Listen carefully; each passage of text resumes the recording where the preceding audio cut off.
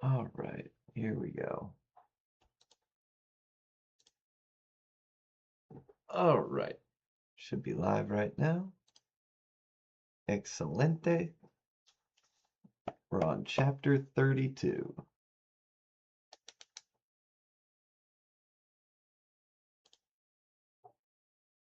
All right.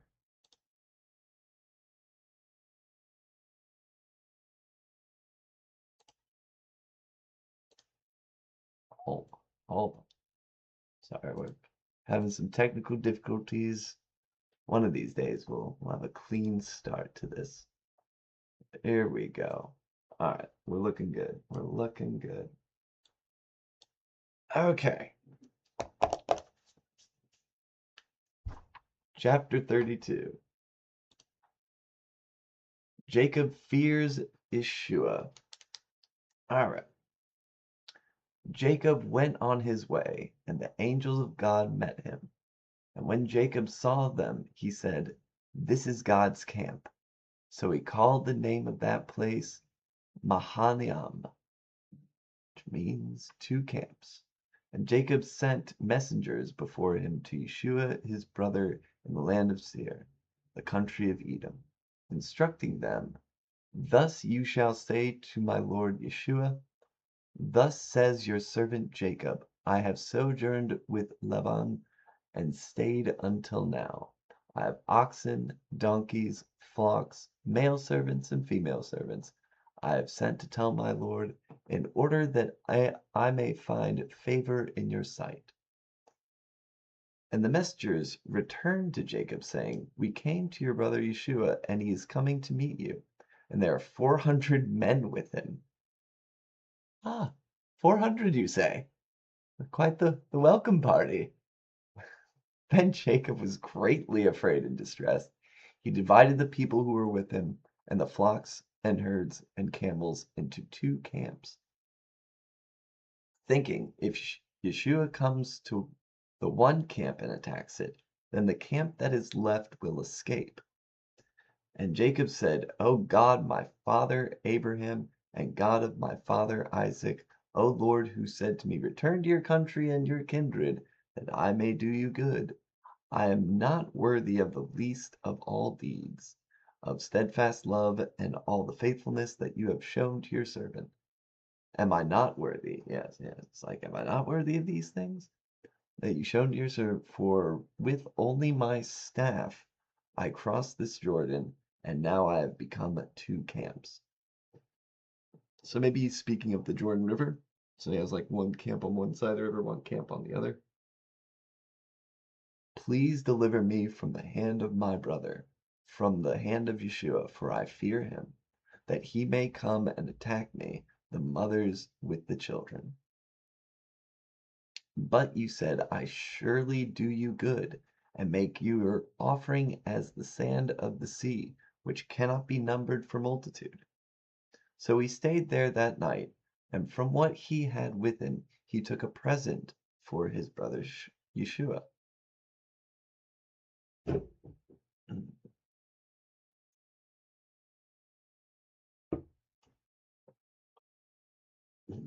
momento.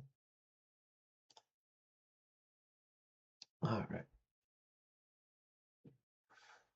All right. 200 female goats and 20 male goats, 200 ewes and 20 rams. They are milking camels and their calves, 40 cows and 10 bulls, 20 female donkeys and 10 male donkeys. These he handed over to his servants, every drove by itself, and said to his servants, "Pass on ahead of me and put a space between drove and drove." He instructed the first. "When Yeshua my brother meets you and asks you, 'To whom do you belong? Where are you going? And whose are these ahead of you?' Then you shall say, 'They belong to your servant Jacob. They are a present sent to my lord Yeshua, and moreover, he is behind us.'" He likewise instructed the second and the third, and all who followed the droves. "You shall say the same thing to Yeshua when you find him. And you shall say, Moreover, your servant Jacob is behind us, for he thought, I may appease him with the present that goes ahead of me, and afterward I shall see his face.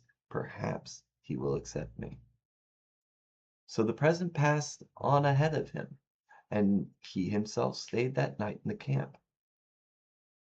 Jacob wrestles with God. The same night he arose and took his 2 wives, his 2 female servants, and his 11 children, and crossed the ford of the Jabbok. He took them and sent them across the stream, and everything else that he had. And Jacob was left alone, and a man wrestled with him until the breaking of day.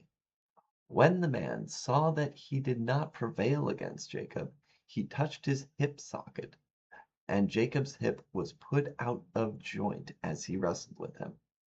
Then he said, "Let me go, for the day has broken." But Jacob said, "I will not let you go unless you bless me."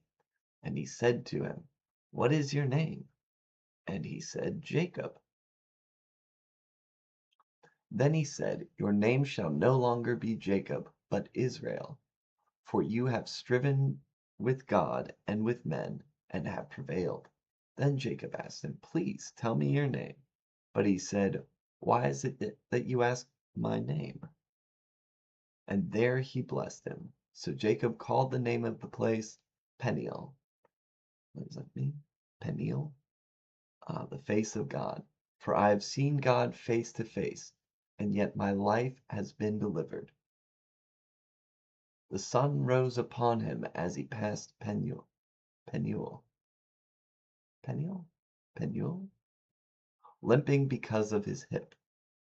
Therefore, to this day, the people of Israel do not eat the sinew of the thigh that is on the hip pocket, because he touched the socket of Jacob's hip on the sinew of the thigh. Interesting. Like sort of a homage, I guess. Like never forget. That's why we don't eat it, so that we remember. All right, let's go over this this here chapter. Also, happy Valentine's Day, everyone. I guess this is good a day as any. All right. Let's see here. When Jacob saw them, this is God's camp. Went on, and the angels of God met him. It's interesting how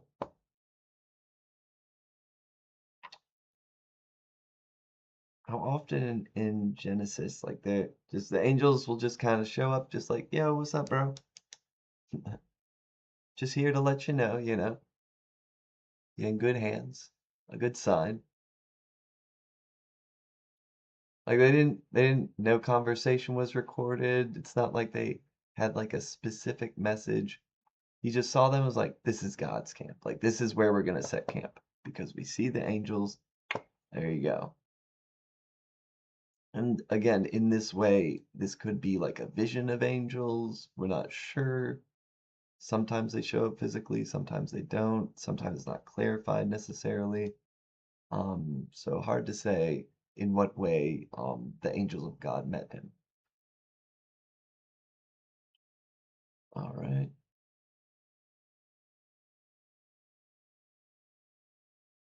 Turn to Jacob. Oh God.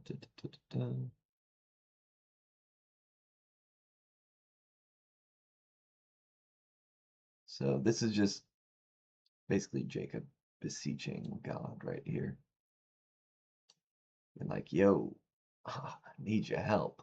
Told me to return here and everything would go fine." But clearly, this does not seem like a normal welcoming party. Potentially a war party. All right.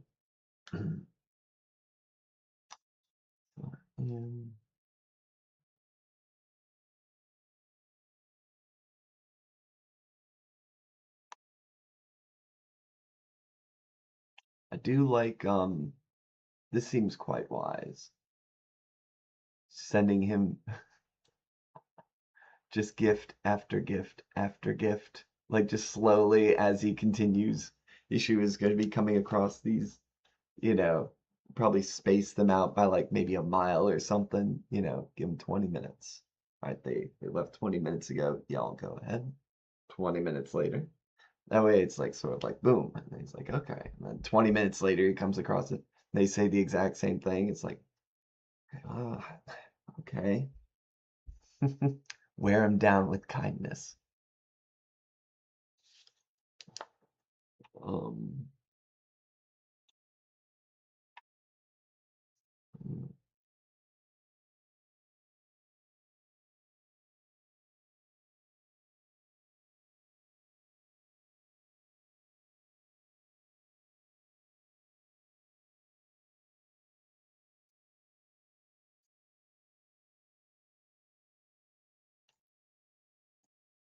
all right.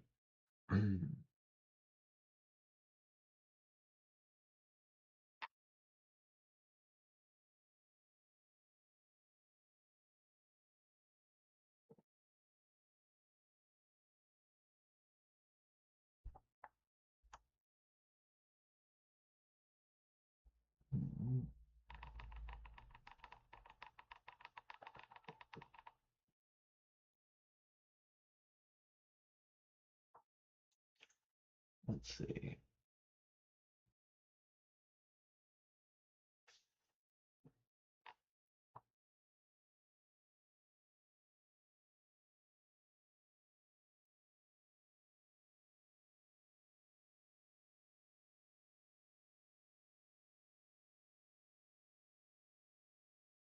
Yeah, and also if y'all recall, um, Yeshua's pretty upset with Jacob.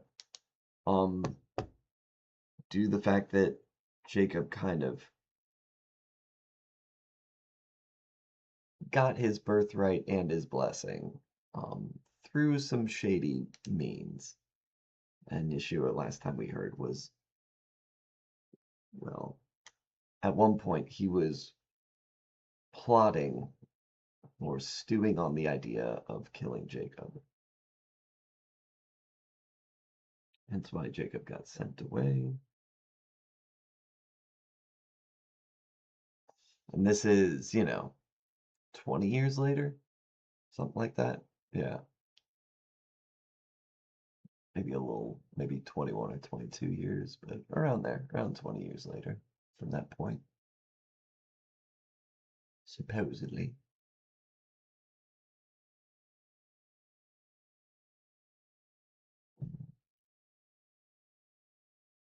Also, yeah, Yeshua, like, the messengers returned. We came to your brother. He's coming to meet you. Like, there was no, like, he's happy to see you. It doesn't seem like there was like, he just said, tell Jacob I'm coming to meet him.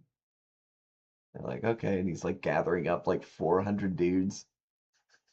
Messengers, like, riding, like, I'll let Jacob know. It's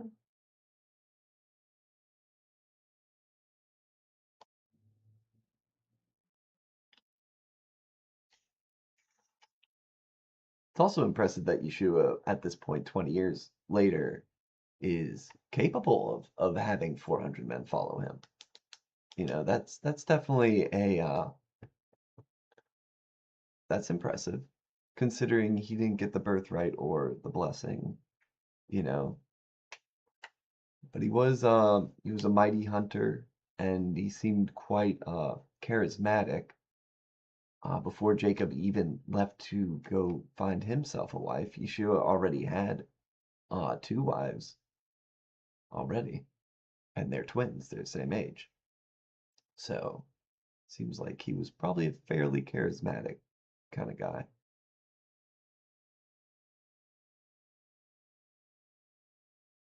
and accomplished.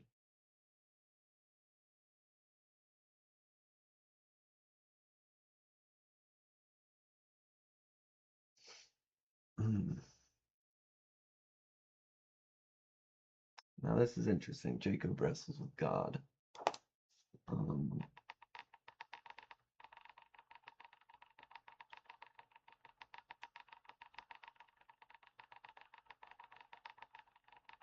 so Jacob is renamed Israel.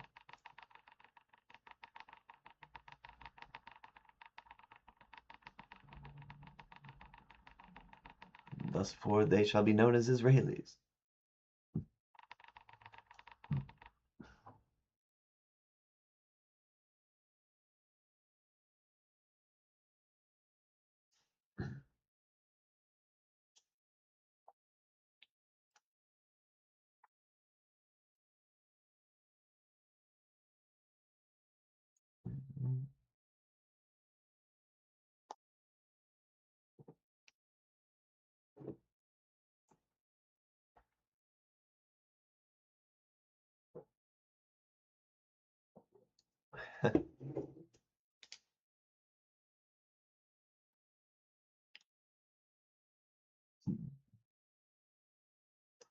All right.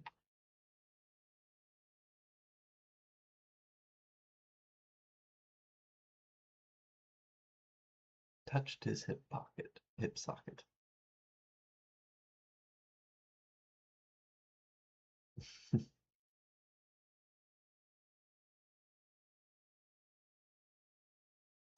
Now is this? Hold on. And a man wrestled with him until the breaking of the day. Okay.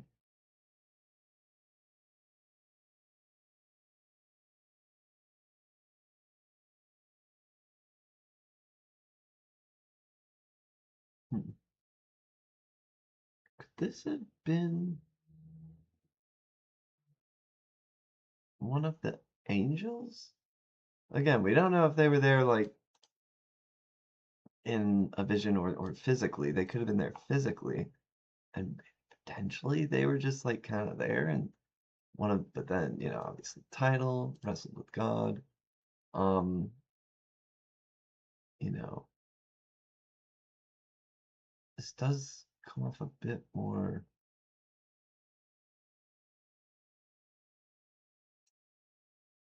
It was striven with God and with men and have prevailed.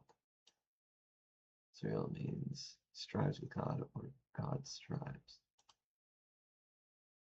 Also heard like he wrestles with God, strives with God. Hmm. I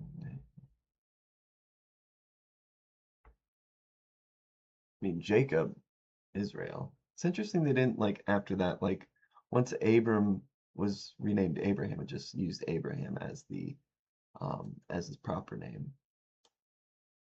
But they still use Jacob. Maybe they'll use Israel later. Um, I mean, Jacob's very much under the impression that he just wrestled with God. Like he very much believes, for I've seen God face to face, and yet my life has been delivered. Hmm.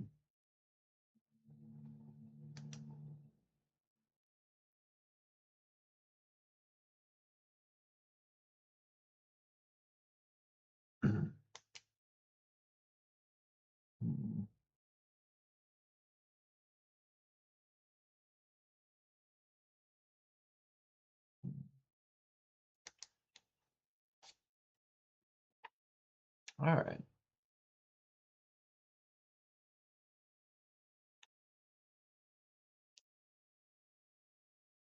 I think we're good here.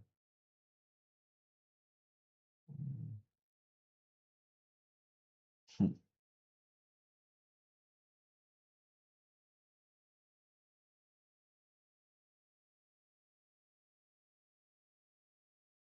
Oh, interesting. It's like angel or God, whichever this person is.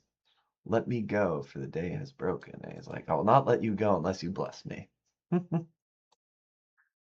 no, no, no, no, no. That's not what we're doing here. What is your name? Like, you don't know. Like, you don't know. That's where it comes off as like, you know, I don't know. Just sometimes the dialogue in this is a little quirky. Like, God's like, what is your name? Like, you don't know? For you have striven with God and with men and have prevailed. And then he's like, please tell me your name.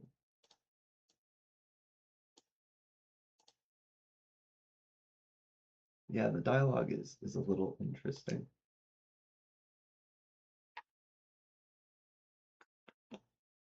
Hmm.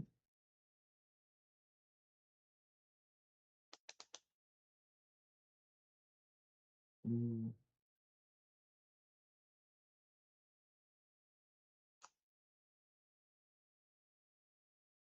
mm.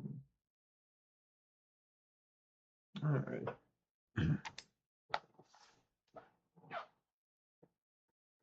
I mean, I guess so far in Genesis up until now, there are plenty of moments where it seems like if this is God, um, that God is asking many questions that he already knows the answer to.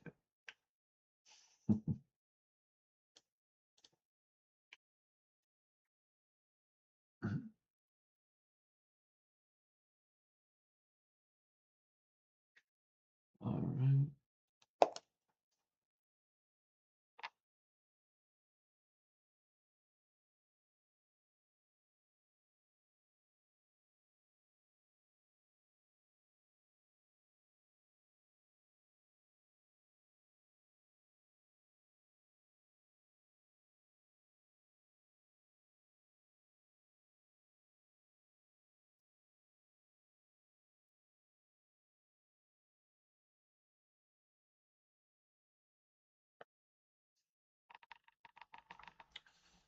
All right. I think we're good to go to chapter 33. Hmm. Kind of sorry, a little bit of a dick move here, like kind of popping his joint out, and now he's limping because of his hip. Like, come on, man. Like, uh, uh, it's not nice. It's not a kind thing to do.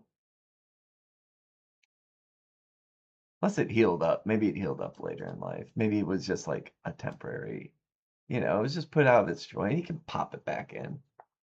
It doesn't say that it was like permanent. So maybe it's just, he popped his hip out of the socket. He can pop it back in. All right, let's keep going. And Jacob lifted up his eyes and looked, and behold, Yeshua was coming, and 400 men with him. So he divided the children among Leah and Rachel and the two female servants. And he put the servants with their children in front, then Leah with her children, and Rachel and Joseph last of all. The servants with servants and them up front. So if he attacks, well, it's not Leah and Rachel. Fair enough, I guess. He himself, okay, good on him. He himself went on before them, bowing himself to the ground 7 times until he came near to his brother. But Yeshua ran to meet him and embraced him and fell on his neck and kissed him, and they wept. Woohoo! And Yeshua lifted up his eyes and saw the women and children. He said, "Who are these with you?" Jacob said, "The children whom God has graciously given your servant." Then the servants drew near, they and their children, and bowed down. Leah likewise and her children drew near and bowed down. And last Joseph and Rachel drew near, and they bowed down. Yeshua said, "What do you mean by all this company that I met?"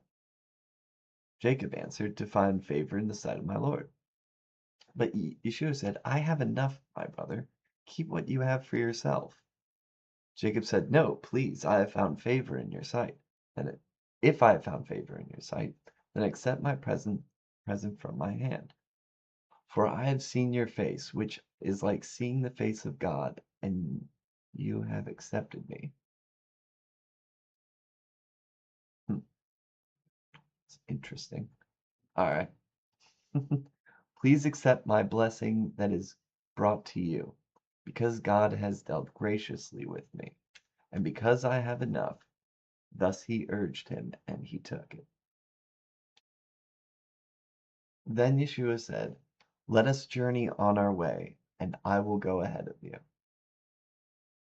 But Jacob said to him, my Lord knows that the children are frail, and that the nursing flocks and herds are a care to me. If they are driven hard for one day, all the flocks will die. Let my Lord pass on ahead of his servant, and I will lead on slowly at the pace of the livestock that are ahead of me, and at the pace of the children, until I come to my Lord in Seir. Seir? Seir? So Yeshua said, also, the only reason I know that it's Yeshua, isn't it Yeshua or am I crazy? Yeshua? I could have sworn, isn't it? Or if this whole time I've been saying this incorrectly. Hold on. Hold on. Now I need to know because suddenly I'm having doubts on this. That'd be too funny. Yeah. Name pronunciation.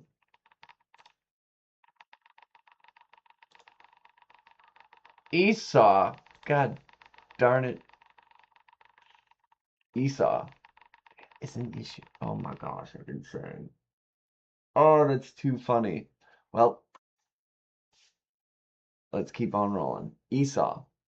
Yeshua. Isn't that the name of like Jesus? Oh my goodness. Tell I've been away from church for like a decade. I'm rusty. Esau.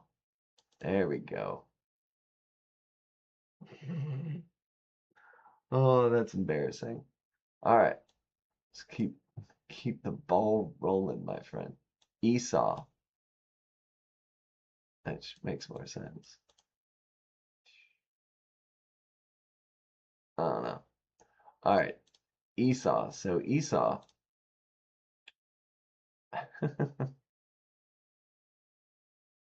All right, where were we? That is mildly embarrassing. We keep rolling. All right. Then Esau said, let us journey on our way, and I will go ahead of you. But Jacob said to him, my Lord knows that the children leads true. So Esau said, let me leave with you. Let me leave with you some of the people who are with me. But he said, what need is there? Let me find favor in the sight of my Lord. So Esau returned that day on his way to Seir. But Jacob journeyed to Succoth and built himself a house and made booths for his livestock. Therefore the name of the place is called Succoth, which means booths. And Jacob came safely to the city of Shechem, which is in the land of Canaan, on his way from Padan Aram, and he camped before the city. And from the sons of Hamor, Shechem's father, he bought for 100 pieces of money the piece of land on which he had pitched his tent. There he erected an altar and called it Elohe Israel, which means God, the God of Israel. El Elohe Israel. Okay, very nice. All right. Let's get to it. Let's get to it. So, Esau. His name is Esau. All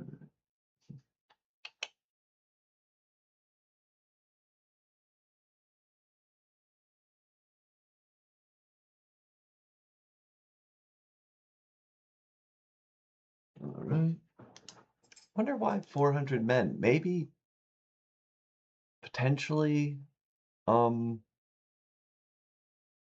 maybe Esau knows something Jacob doesn't. Maybe the road that they're on is potentially more dangerous than Jacob understands it to be.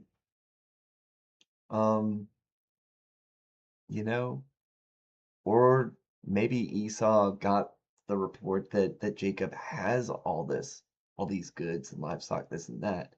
And again, maybe it's like, let's make sure we don't, that's a lot of valuable goods that other people might want if they get the wrong idea.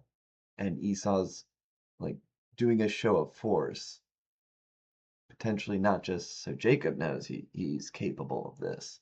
This might be Esau's way of like flexing on Jacob. Like I can have 400 people, 400, men ready to go at a moment's notice. Like I get your message. Maybe it was within a day, not like that second, but heard he had all this livestock. Maybe he had an idea of what they had coming. So, because clearly Esau's like, no, no, dude, brother, brother, you know, Esau and Jacob embrace.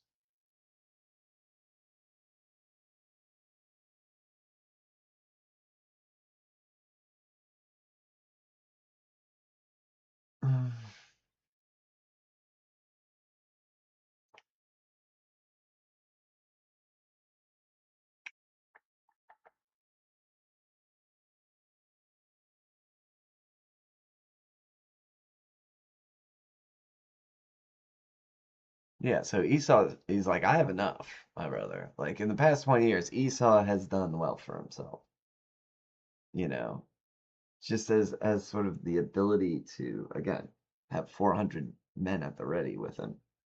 Like that is impressive.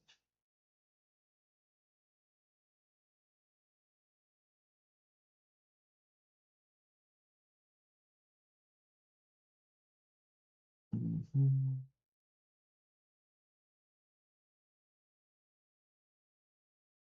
Yeah, maybe this is Esau, like sort of like I'll clear the way, make sure, maybe make sure the way is clear.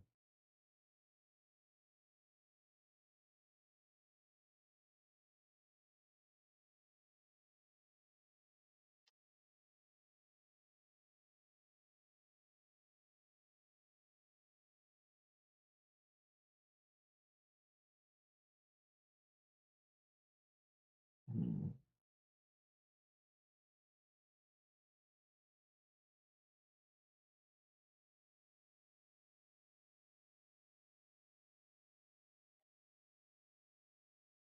I don't know if that means Jacob accepted his help. You know what I mean? It's like, because then he's like, let me leave with you some of the people who are with me, like, to ensure things go smoothly. What need is there?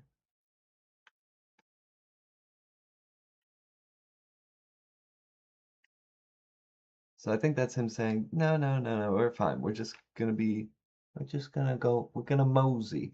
We're gonna mosey. Like you do you, I'll do me. Be going at the pace of the livestock, pace of the children.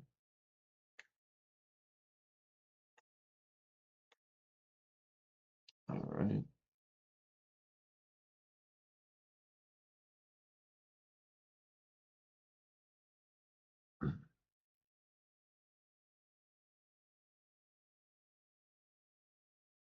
Esau has done well for himself.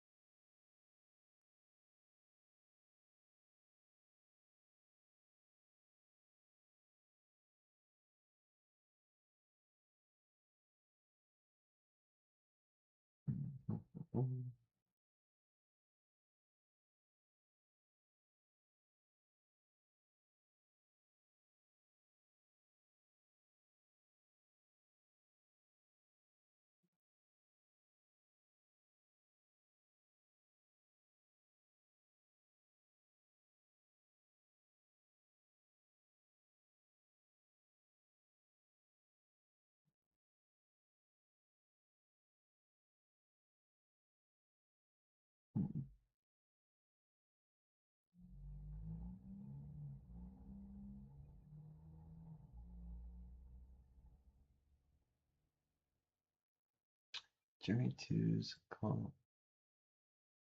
I don't know the distances of these. This is where, like, I do need to go back and, break out an atlas.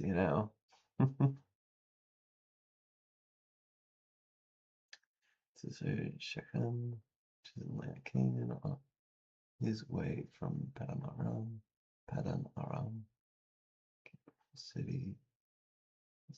Shechem's father.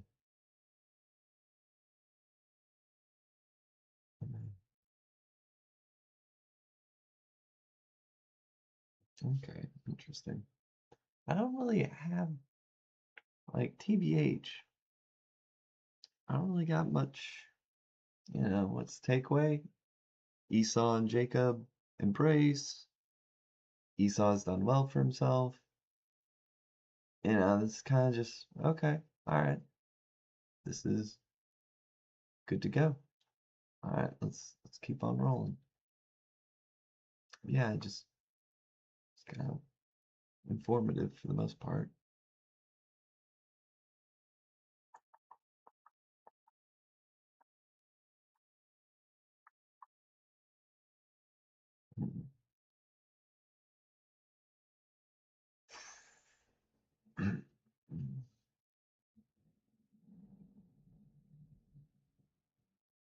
I wonder if the person that he wrestled with the night before looked similar to Esau. If it was God, you can't take, whatever form he wants to take. Maybe you know, maybe he took a form that looks similar. And so when he's looking at Esau, he's like, just like seeing the face of God and accepted me. So maybe it's like he's sort of like, huh, that's interesting.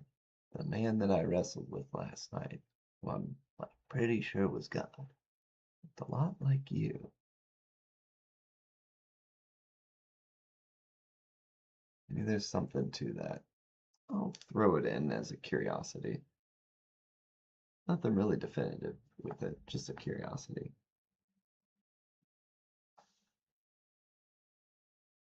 Um,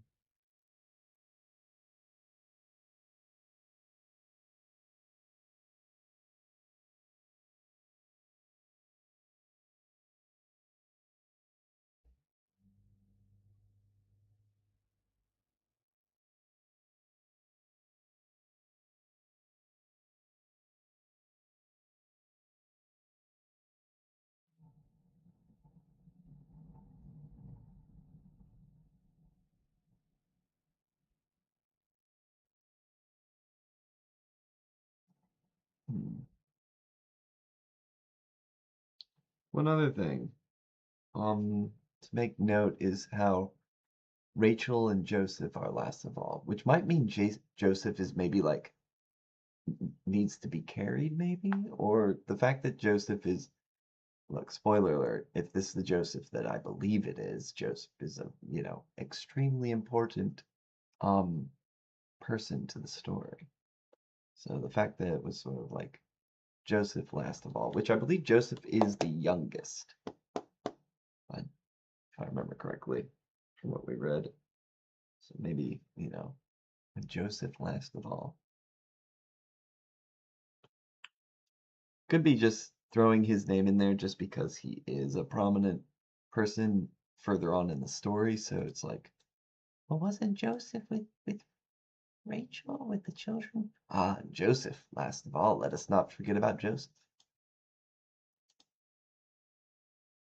So interesting that it's just interesting that Joseph is sort of singled out in this situation.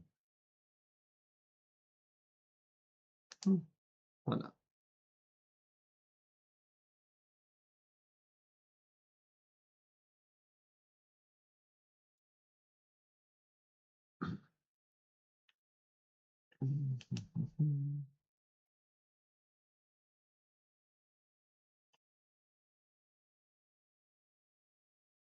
All right, let's keep rolling.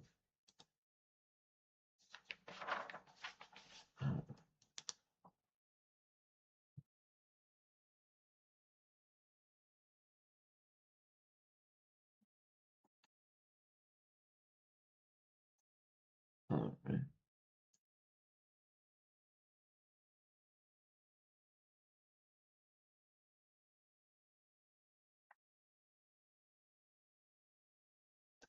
Now Dinah, the daughter of Leah, whom she had borne to Jacob, went out to see the women of the land.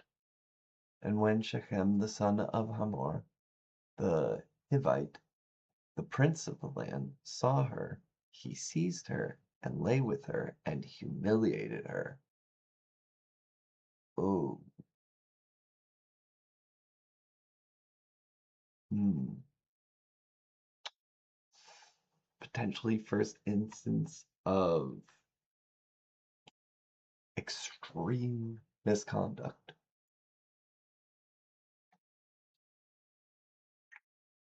I mean, we saw earlier that there was, oh, you know, anyway, that's,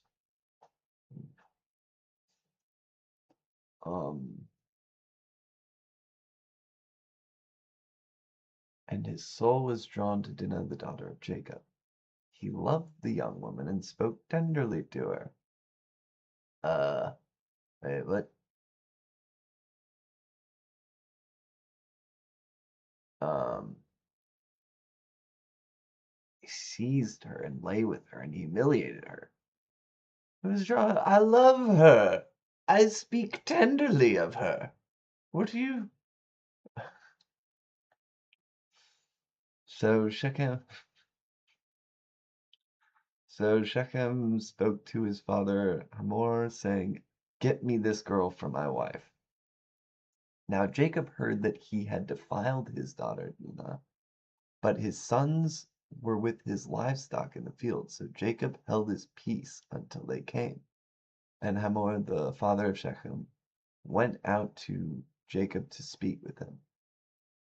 The sons of Jacob had come in from the field as soon as they heard of it, and the men were indignant and very angry, because he had done an outrageous thing in Israel by lying with Jacob's daughter, for such a thing must not be done. But Hamor spoke with them, saying, "The soul of my son Shechem longs for your daughter. Please give her to him to be his wife. Make marriages with us, give your daughters to us, and take our daughters for yourselves. You shall dwell with us, and the land shall be open to you. Dwell and trade in it, and get property in it." Shechem, I'm guessing it's Shechem, yo, Shechem, no. Shechem also said to her father, wait, what? Shechem the son. I'm missing something?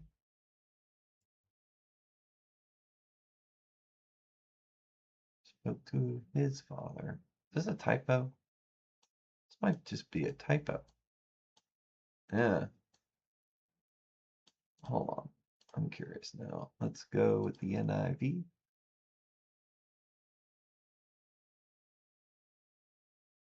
Is it really the NIV?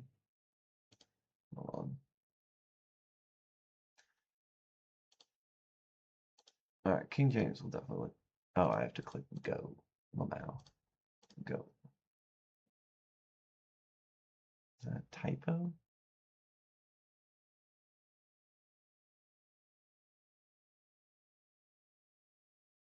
Oh, said to Dina's? Oh, no, understanding has been reached. Okay.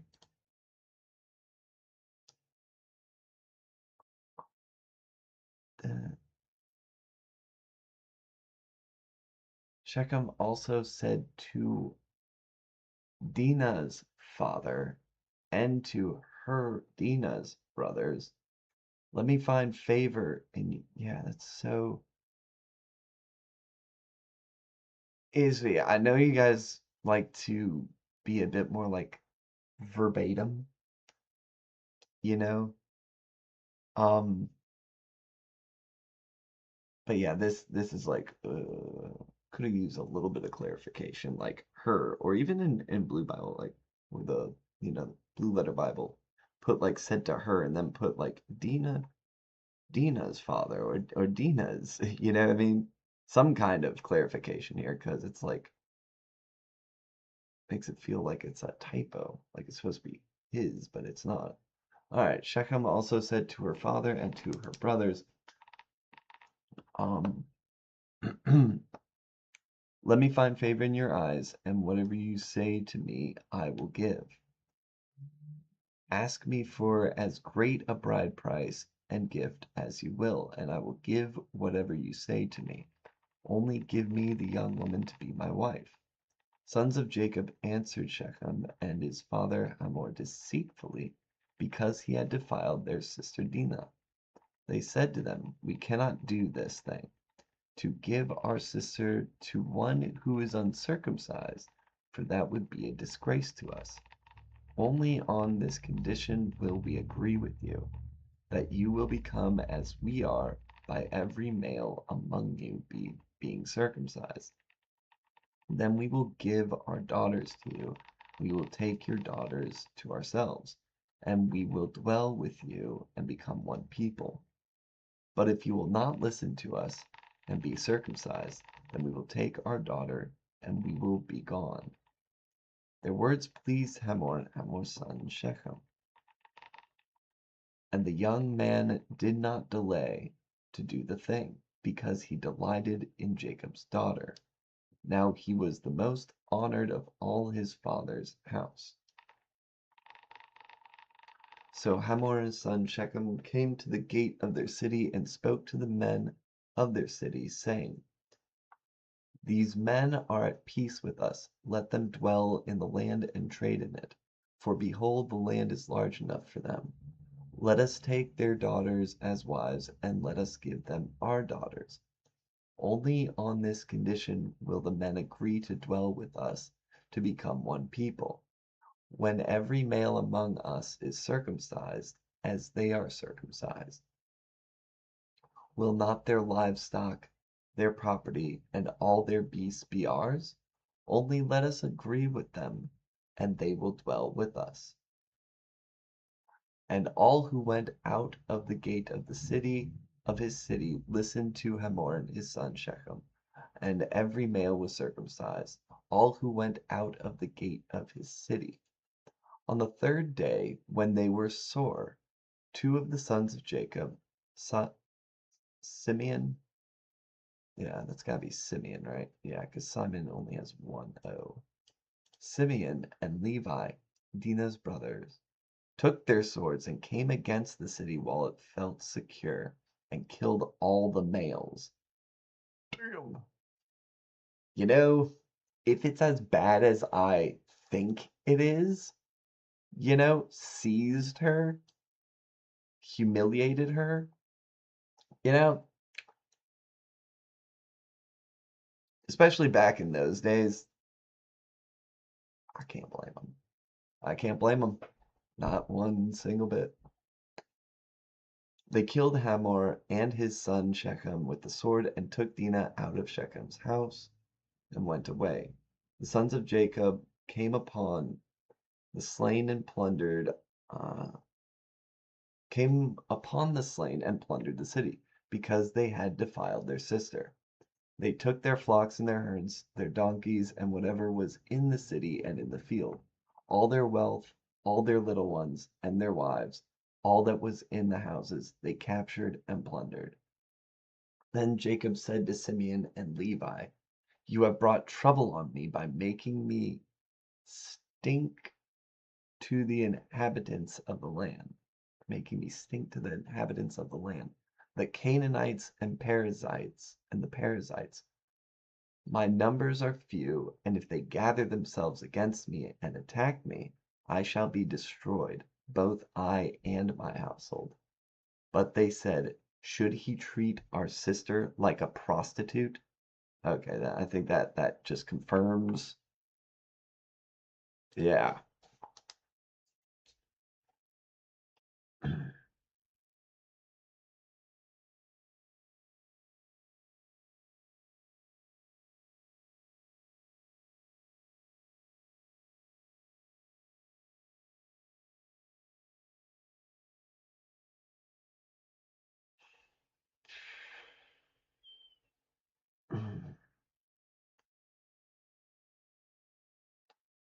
Yeah. Dang. Oh, shit just got kind of wild there, huh?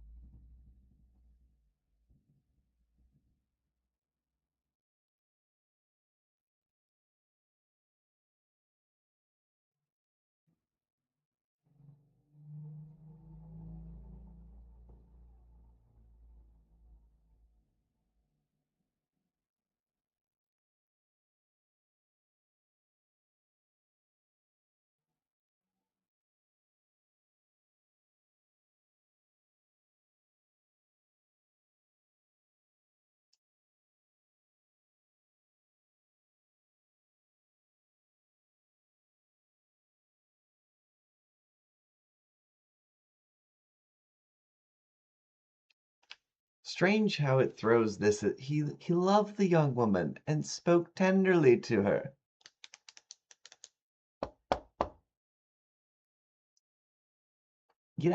I don't.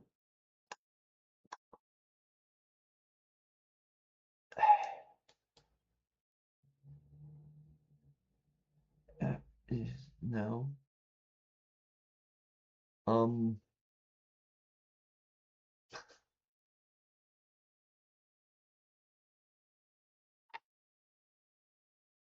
hmm.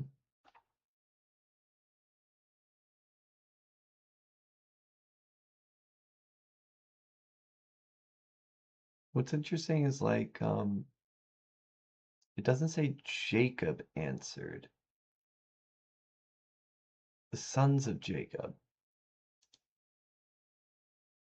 Doesn't sound like Jacob was all that. I mean, Jacob must have been in agreement with this, because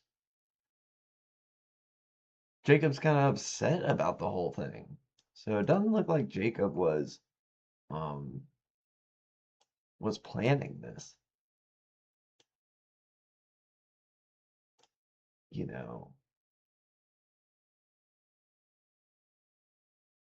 or even I don't know.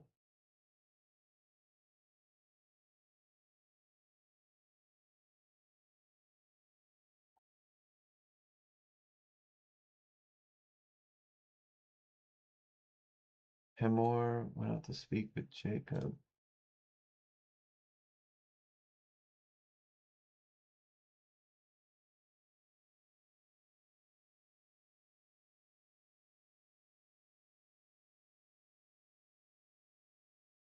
Mm,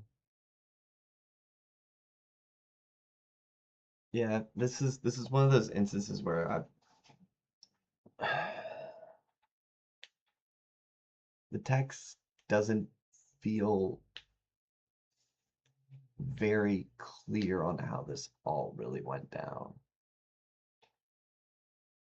Or it just there's like kind of like just these little contradictions here and there. Just salt. It's like we're just salting in little baby bits of contradictions here and there, or just straight like, wait, okay, so when I speak with Jacob, okay, sons were there. Hamor spoke, then Shechem spoke, and then the sons of Jacob answered, and his father, you know, da da da da da da da, done. Maybe Jacob just like and been like, let me think on this. And he went away. And then his sons kind of like conjured up this whole thing. Maybe his sons claimed that this was from their father, that their father agreed to this, and maybe Jacob was just not privy to this because maybe he was like, I'll think about this. Maybe Jacob was taking his time with his thoughts on the matter, and his sons also are like, hey guys, like like a football huddle, like, hey, here's what we're gonna do. Okay. Jacob's gone. We're gonna answer for him. And we're just gonna say Jacob gave us the go ahead with this. All right, break. They're trying to piece this out, trying to make it make sense. You know, that is a possibility here. where they kind of came up with this. They claim that Jacob gave them the green light to make this proposal. Da da da da da. Maybe the sons are like all in cahoots. They're like, nobody tell Jacob that we just made this agreement with them. So maybe Jacob just no idea that this is all taking place. You know, no real clue. And so then, like, they're talking over. Let me see if, hold on. Let's do a little word search here. Uh, just to make sure. Sons of Jacob. All right, two sons of Jacob, the sons of Jacob. Then Jacob said, like, yeah, like after all this is said and done, the last time Jacob was involved was here. Then it's the sons of Jacob, sons of Jacob. Led and Jacob's daughter, and they knocked away to do the thing. All right, two sons of Jacob's, Simeon and Levi. Also, you gotta remember, it does seem like city, the term city is being used as very loosely. Like a city is where a family lives. A family, which could mean, you know, a couple generations, could be, maybe two families that have come together to be one people. A city back then seems like it could maybe have, anywhere from like 20 to 50 people, and that's a city. Like a city, when we think city, we think, you know, New York City. This is more like barely a small town, not even, but it's more like, you gotta think about like back in Mesopotamia, back in those days, it would generally be like on like a mound or like just a small, like almost like a small complex where everybody's in very close proximity with each other and with like generally like a small wall around, you know, with a gate, you know, they had all out of the gate of the city, so there'd be a gate, there'd be an entrance, and generally they would have like some general perimeter, but it was all fairly um tightly, like they kind of made sure that everybody was build out wide, they build tall and compact. Um, Especially back, way, way back when. So a city, it's not like they went in there and there's like 500 people and two dudes go in there and just slaughter 500 people, or even, say there's 500, maybe 150 men. The city could be a city of like 30 people, maybe 10 of those are adult males, you know, maybe, something like that. You got like 10 males, maybe 10 females, and maybe like 10 children, something like that. Something around those lines. Or maybe a lot of children. Mostly. Could be mostly women and children. Um,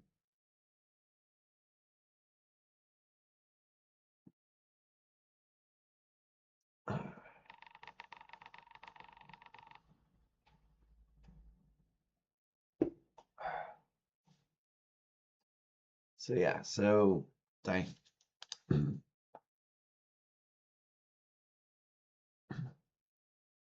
Interesting that it was only Simeon and Levi.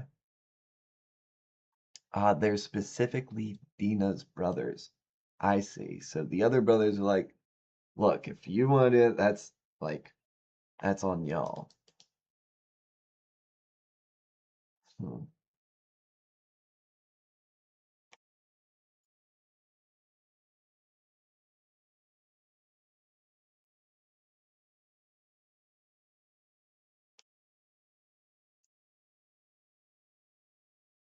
And potentially due to what was going on, they might have been partying, They were probably waiting for like them to be like, woohoo, let's party because we're all gonna be like one people, da da da da da. So they might have already been in the city, or maybe the other brothers were there. Like, where's Simeon and Levi? Oh, they're still upset. Let them cool off. Let them cool off. It's fine. So maybe I don't know. It's Clint. On the third day when they were sore. Yeah. Search them. Hmm.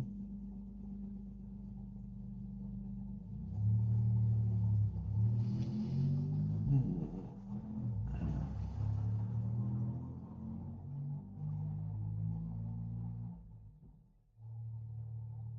All right.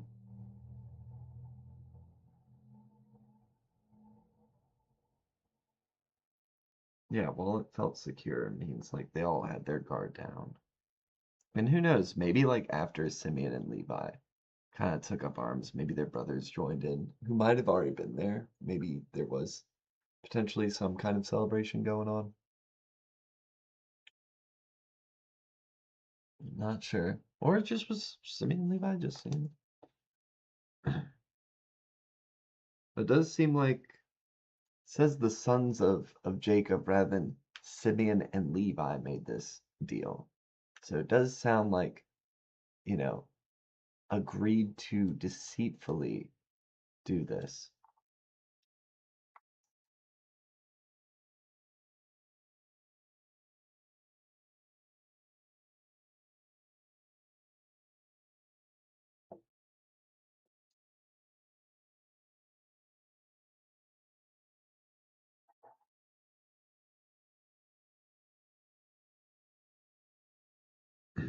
Also, the other disrespect is like,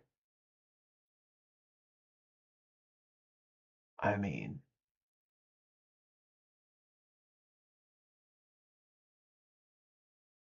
he didn't I mean, according to this, he didn't ask for like forgiveness for this situation. Like, look, please forgive my son. Please forgive me for this offense. My son's wants to, or maybe it was, maybe this is supposed to be like ask me as great a like maybe that's how he's sort of like trying to like it's his way of like being like I'm sorry, ask me whatever you want, I'll give you whatever you want to like make this right, you know so that could be like potentially that's sort of his way of trying to go about like making this right. Mm.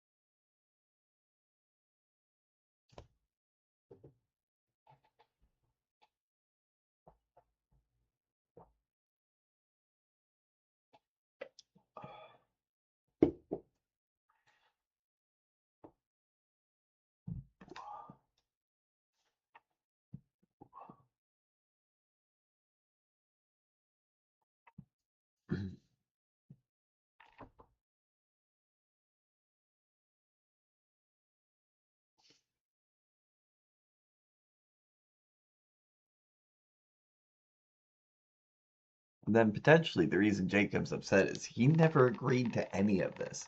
He didn't agree to what his sons had said. He didn't agree to any of this, you know. And they conjured this whole thing without his knowledge. And again, it's like on the third day, like, how did they not know for days? Maybe he found out and he was just like, I guess that's what we're doing. Maybe Jacob just like kind of, they made this agreement and then he finds out later, he's like, what? Okay, I guess that's what we're doing. At least okay, at least they're getting circumcised. Okay, like this isn't the worst thing in the world. This isn't what I would have done. Maybe he's like, all right, I'll just let it play out. They've already agreed. They think I gave them these orders. I'm not gonna like, and if I come back and be like, look, my son, then it's like this whole thing. It would just like maybe Jacob's just kind of like, fine, fine, we'll just okay.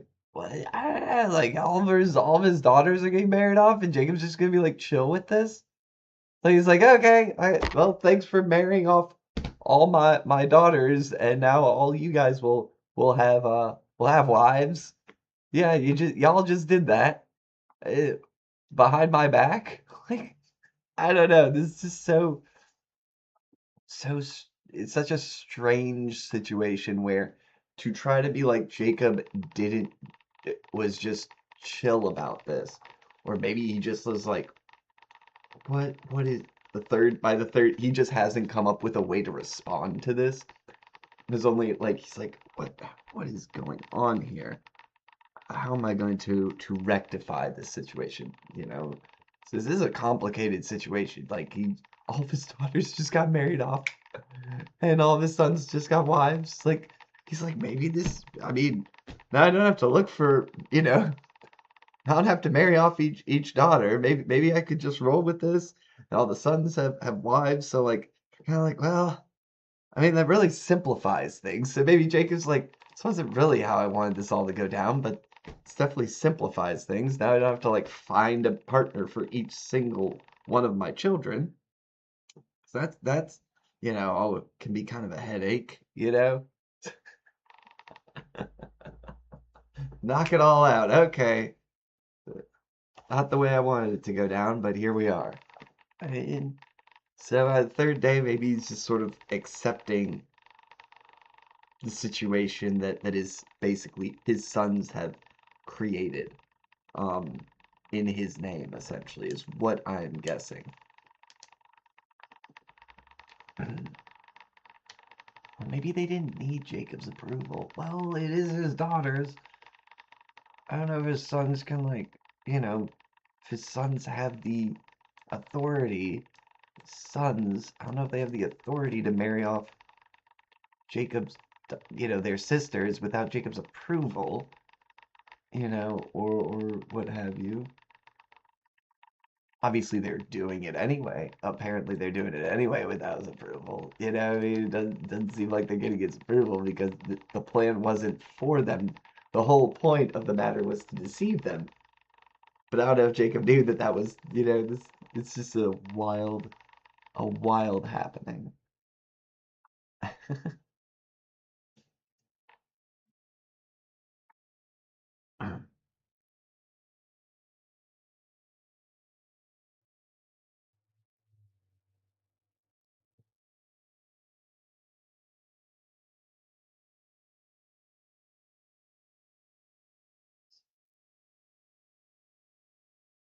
Again, Jacob's knowledge and or approval just is not stated. Whether he knew or didn't know, whether he approved or didn't approve, we just don't know. That's the reality of the situation. It just seems like there is no acknowledgement of whether he approved or did not approve.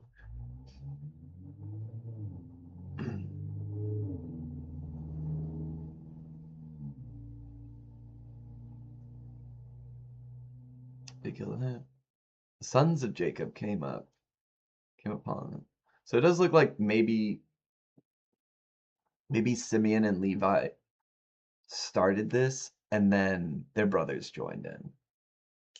Because it would make more sense if it was just Simeon and Levi came upon and slayed. So maybe their brothers all kind of joined in. Um, mm,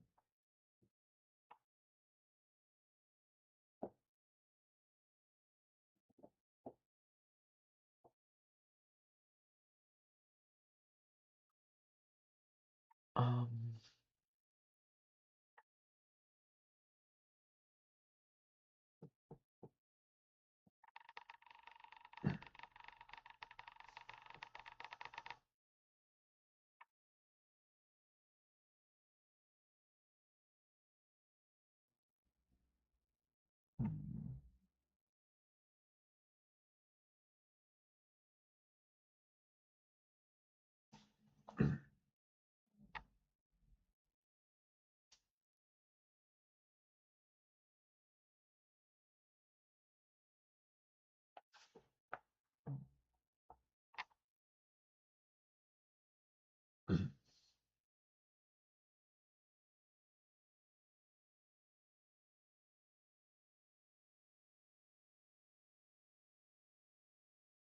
Also, let us not forget, I believe that Simeon and Levi are the eldest.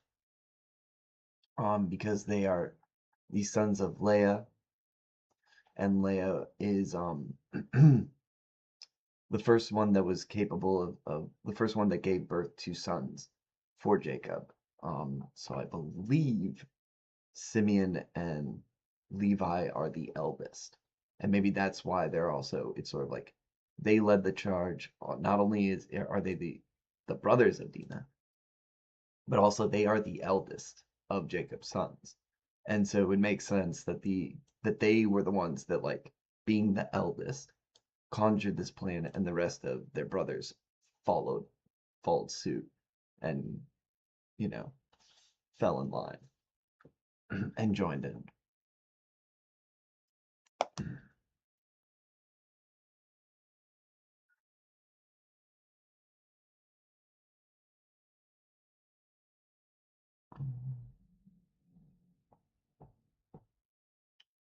Um, hmm. Mm.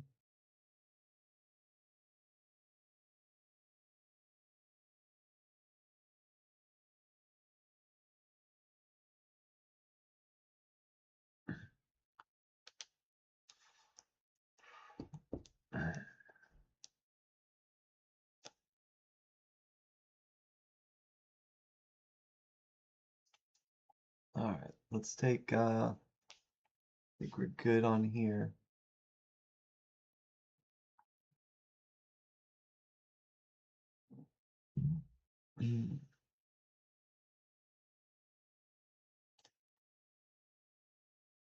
All right, I'm gonna take a 10-minute smoke break and then sorry, 5 minute. Hopefully it'll be 5 minutes. Sometimes like 6 minutes.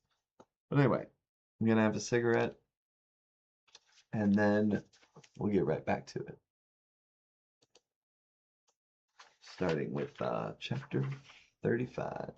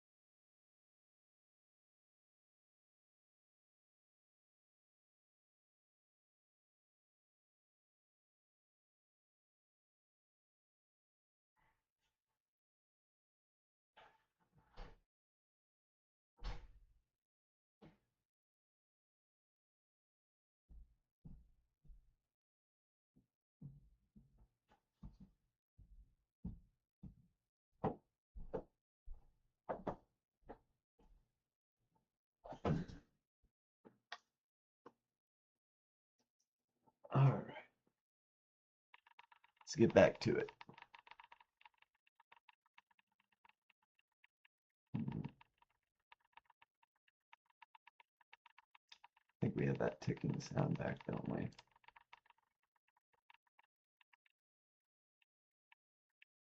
Seeing it on my audio input, this like, yep, there it is. I don't know what's causing that yet.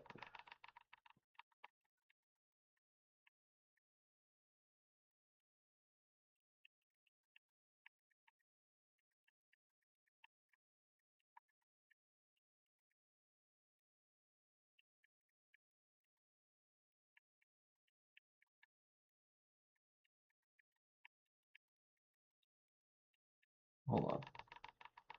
This is just for me. I'm just testing this out now. Alright, so I'm not touching the table. I don't see it. Put my hands on the table.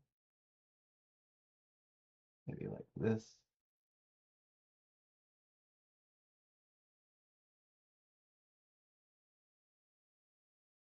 Hmm.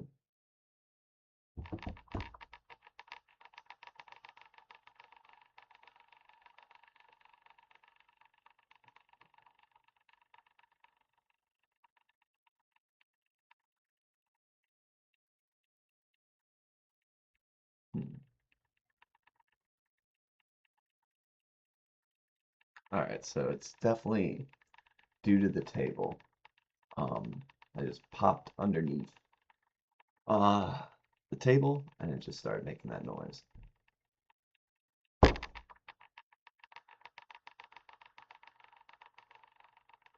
Yeah. Okay.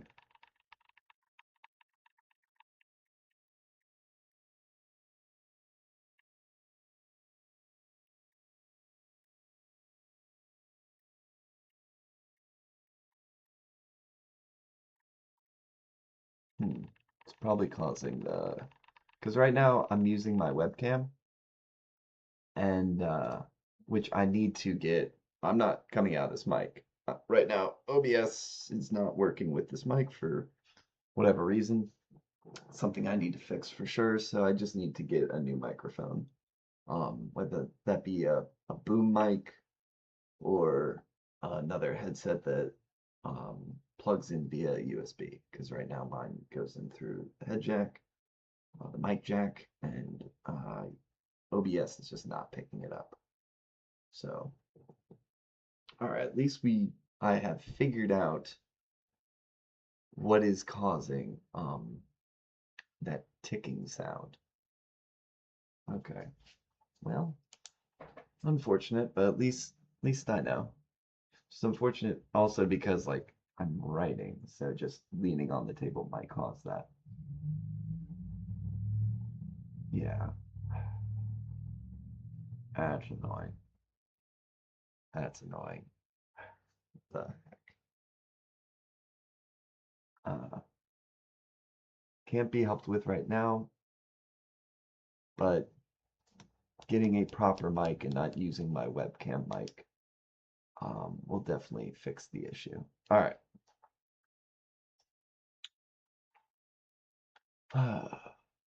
Make a note of that. Write that down. We'll do that tomorrow. Okay.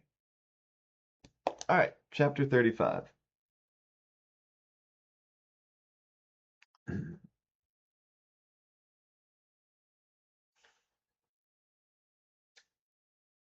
God said to Jacob, so God blesses and renames Jacob.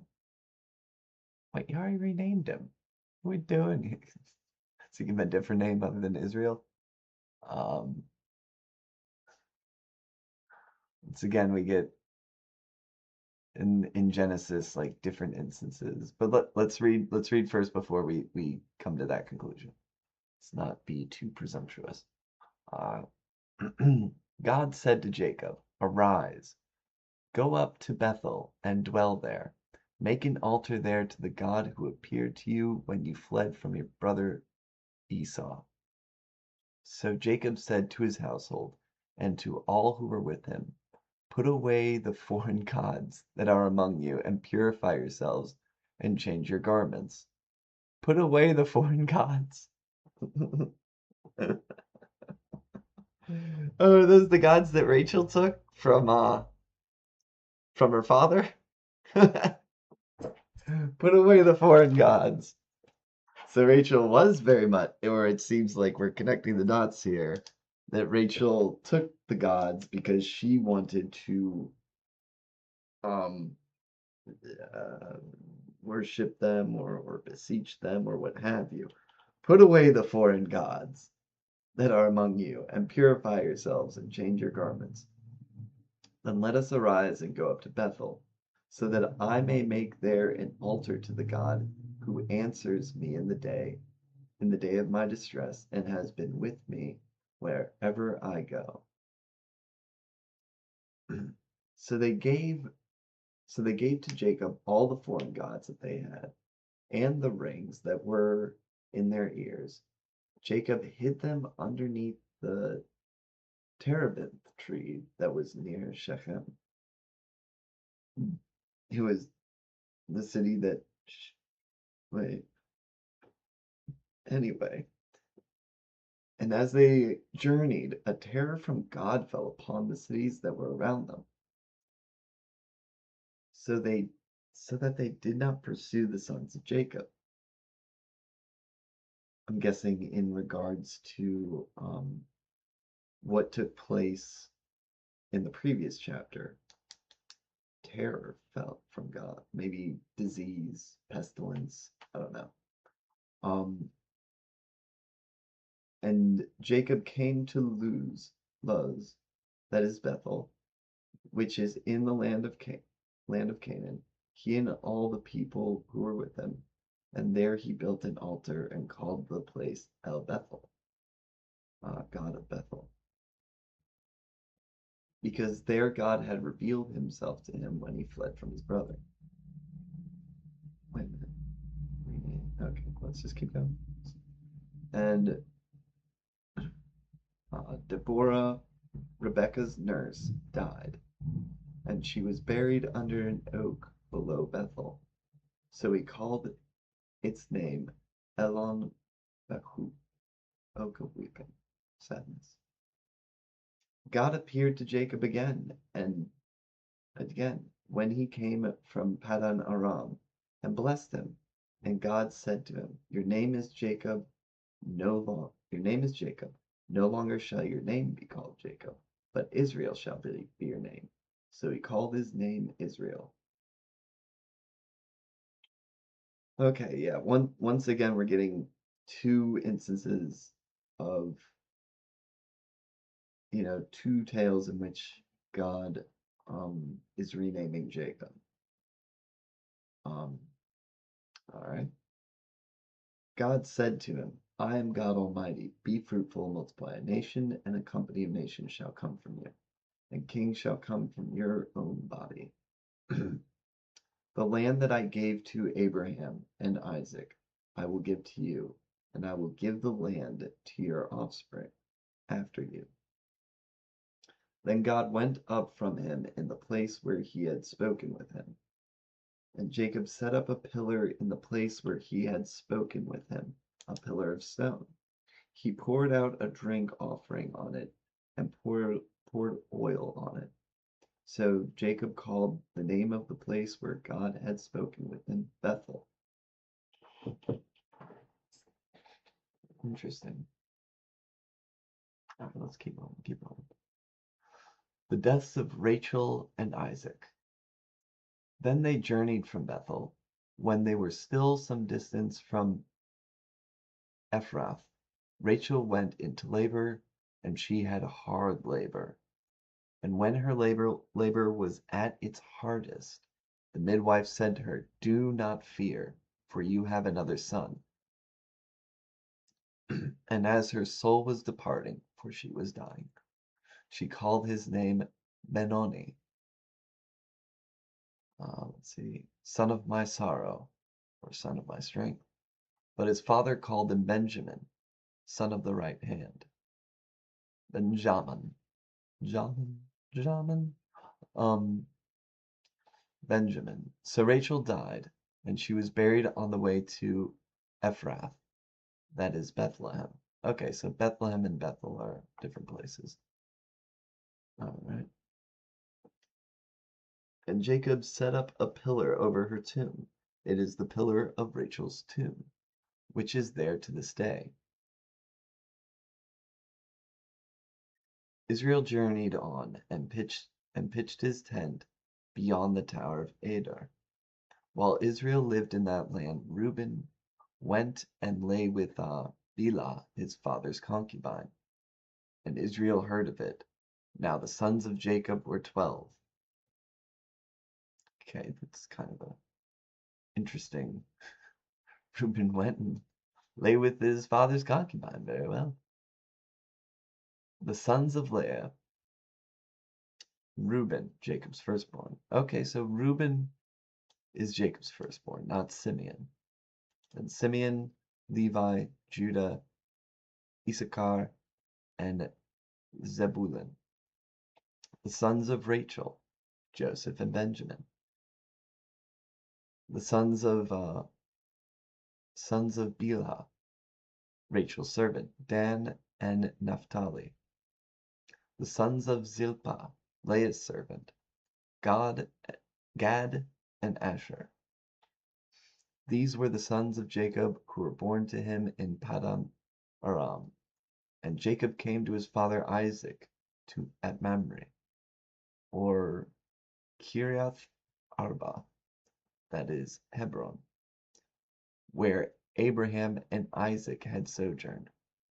Now the days of Isaac were 180 years, and Isaac breathed his last, and he died and was gathered to his people, old and full of days, and his sons Esau and Jacob buried him. Well, sons Esau and Israel. Okay. Wait, Jacob. Wait, why are we flipping between Jacob and Israel?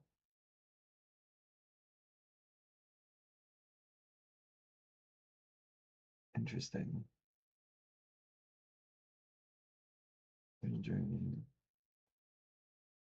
Hmm.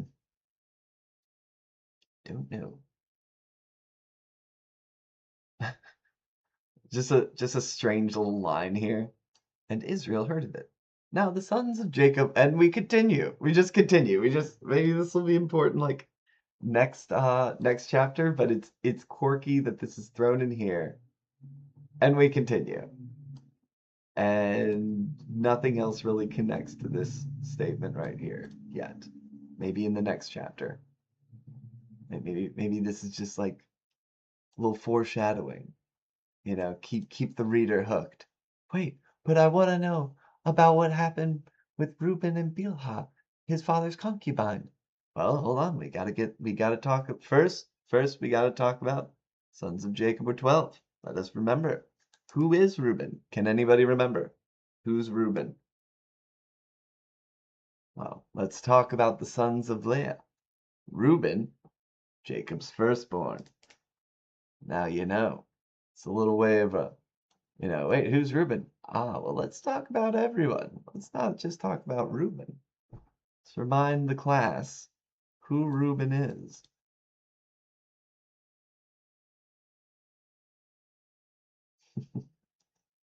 All right, let's takeaways. Now we're gonna get that darn clicking sound again. At least I know why it's happening. Um,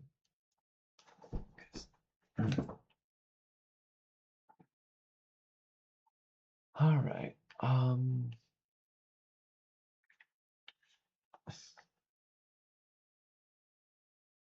So Jacob's household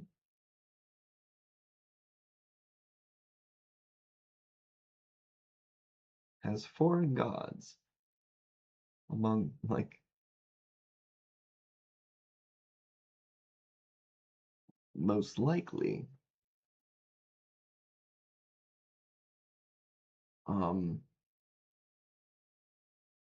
the gods that Rachel stole from her father.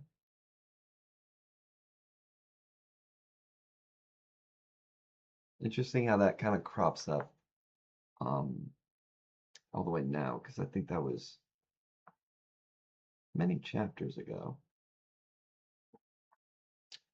And Jacob just seems to kind of tolerate it. It's like, okay, like I have my God, you guys have your gods, do your thing. Um, Seems like it wasn't that big of a deal as much as it's like, all right, but if we're building an altar for God the Most High, we got to clean ourselves. We got to put them away, put them away, put them in drawers. Oh, bury them. Just put them away, like just, just show God that we, we want when we're gonna do this, we'll just keep them away. Purify yourselves and change your garments. Rings that were in there. So they gave Jacob all the 4 they had in their ears. Interesting. Wonder why the rings that were in their ears. Something, there's some connection there. Hmm. Near the city they had decimated. Near the plundered city. Right. Maybe it was also like, um, maybe it's sort of like put away your valuable belongings kind of thing. Because if they're leaving the city, leaving, maybe they bury it. It wasn't just the foreign gods. It's also like their jewelry and their valuables they buried because potentially if they're leaving this place and potentially coming back later, um,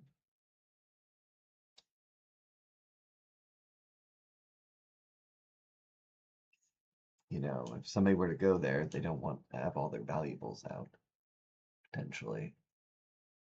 Obviously, not everybody is leaving. They probably have all their shepherds and servants and, maintaining the place, you know, well, probably just like the close-knit people. So maybe it's not just like, concerned about being, attacked by bandits along the way, you know, and also concerned that maybe some of their, you can't trust all your servants, who knows? Or if even somebody came to extort their servants, they're like, look, we don't know where the valuables are. They buried them somewhere. We don't know. Something like that. If somebody tried to come to extort them, it's like, we got nothing, potentially. Or if a thief in the night tried to sneak in.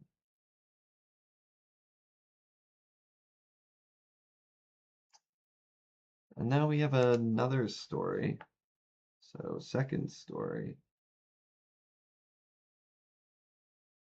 of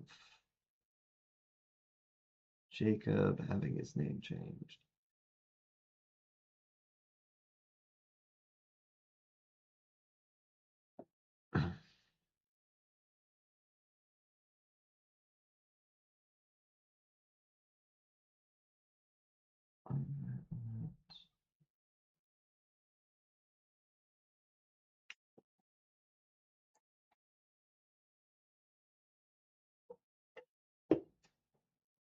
Extremely similar benediction.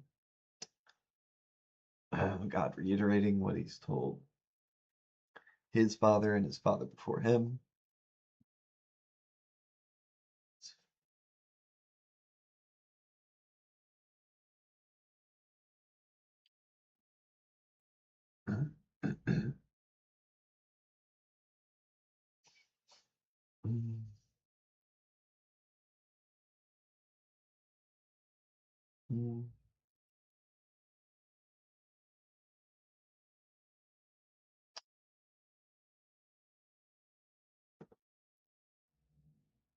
It's interesting. It's like, well, this is the God of Bethel.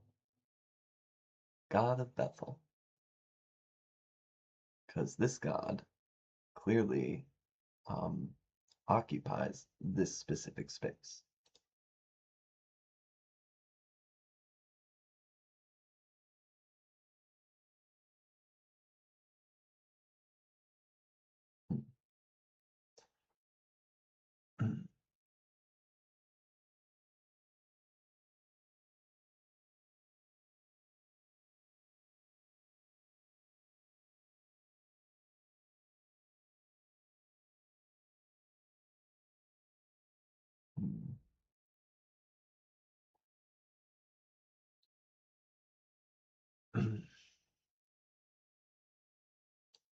interesting in these moments where it treats this as if this.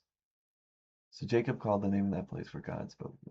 Bethel. It's like almost like just remember this is Jacob had called it that before, and this is why,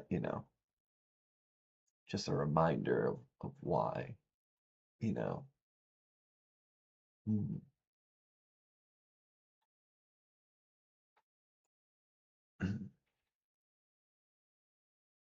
He hasn't followed through, like, I don't know. I remember reading this story earlier in Genesis, and it's like um Jacob basically made a promise or like a deal with God where he would give a tenth of what he had to God. And that has not come up again yet. Um, so we'll see if that comes up at some point, because that has not been in any way sort of mentioned again.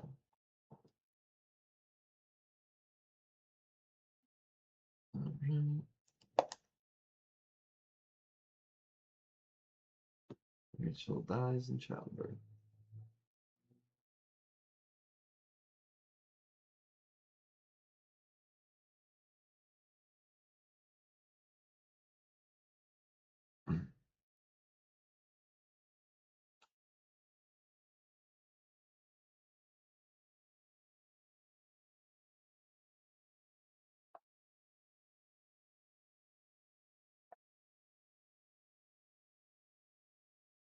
And potentially, uh, Jacob saved his son from being known as son of my sorrow, though it could be son of my strength. So, but he was like, let's two sound a little too similar. Let's go with son of the right hand. A lot more honorable.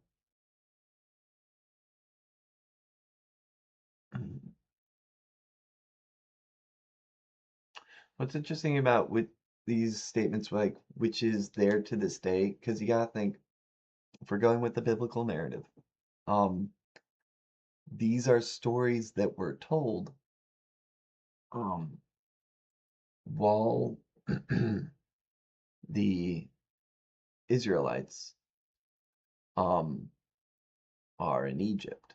And it's sort of like it is there to this day. Like you will find it, and that that can be used as evidence of what is being said here as being factual. It's sort of it is there to this day, and it will be there when you visit it again. And that can be, just because if you remember way back when, I believe it was Abraham, God was like, your offspring will be, in, oh, I don't know if they use the term captive, but they will be in Egypt for 400 years. That's 400 years away from um, where a lot of these events take place. So with people sort of like remembering all these events, some of this feels like, let it be used as a way to confirm what has been said of what we are telling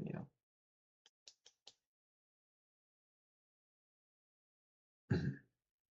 Or this is like, or alternatively, this could have been added later as a way of sort of like, we found it and it is there to this day.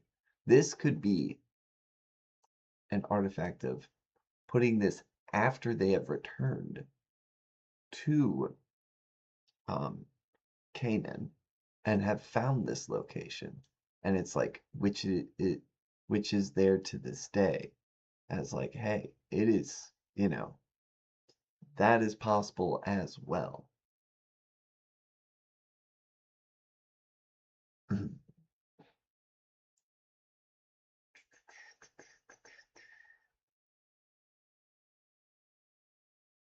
All right.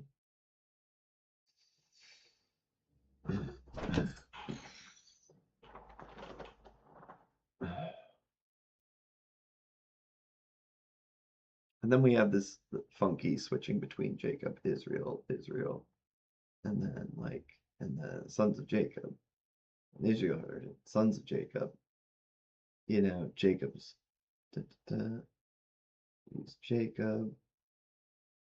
It's interesting where the text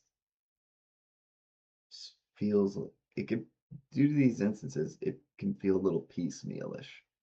I mean, for when they did when they finally wrote like the definitive edition down.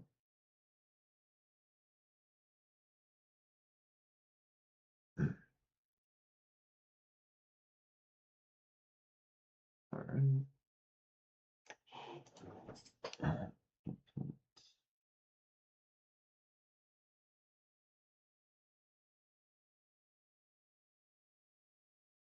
Yeah, we haven't heard much about what's going on with Isaac this entire time.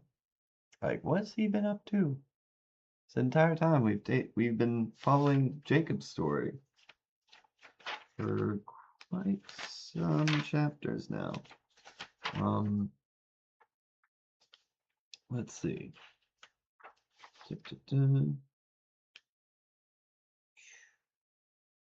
Yeah, it's been since chapter 28. So about 7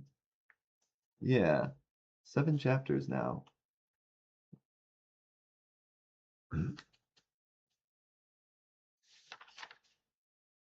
Yeah. Okay. Interesting.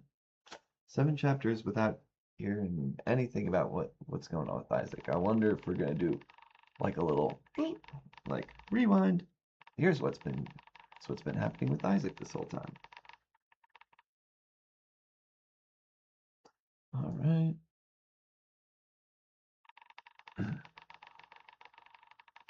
Okay. That's sad to see Rachel go.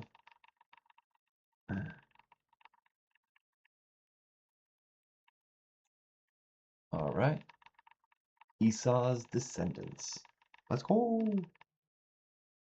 All right. Chapter 36.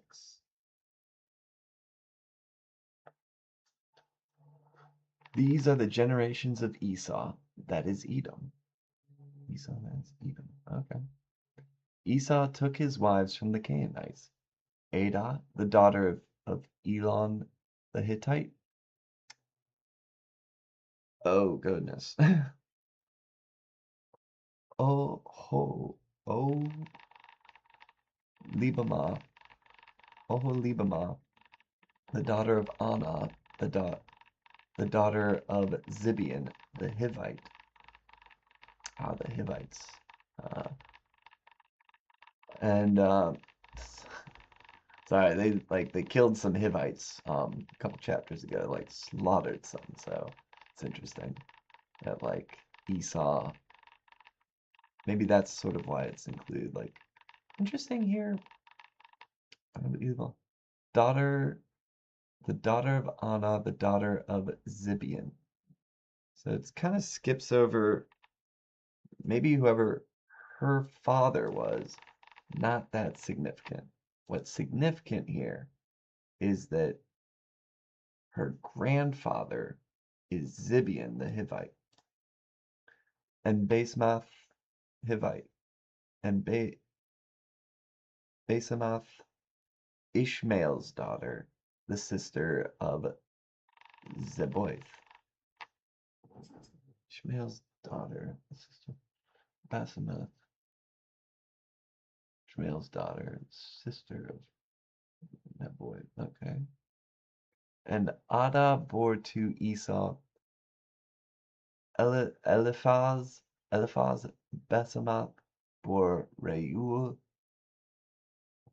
and Bamaha. I'm just Oholibama bore Jush, Jalam, and Korah. These are the sons of Esau who were born to him in the land of Canaan. Then Esau took his wives, his sons, his daughters, and all the members of his household, his livestock, all his beasts, and all his property that he had acquired in the land of Canaan. He went away into a land from his brother Jacob. Interesting. For all their possessions were too great for them to dwell together. The land of their sojournings could not support them because of their livestock. So Esau settled in the hill country of Seir. Esau is Edom. Okay. Okay. Is Edom. That is Edom. Why does Edom keep getting brought up? These are the generations of Esau, the father of the Edomites. Okay. Interesting. Father of the Edomites in the hill country of Seir. These are the names of Esau's sons: Eliphaz, the son of Adah, the wife of Esau; Reuel, the son of Basemath, the wife of Esau.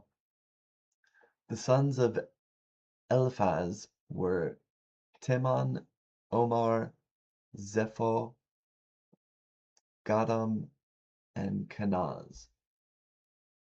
Timnah was a concubine of Eliphaz, Esau's son. She bore Amalek to Eliphaz. These are the sons of Adah, Esau's wife.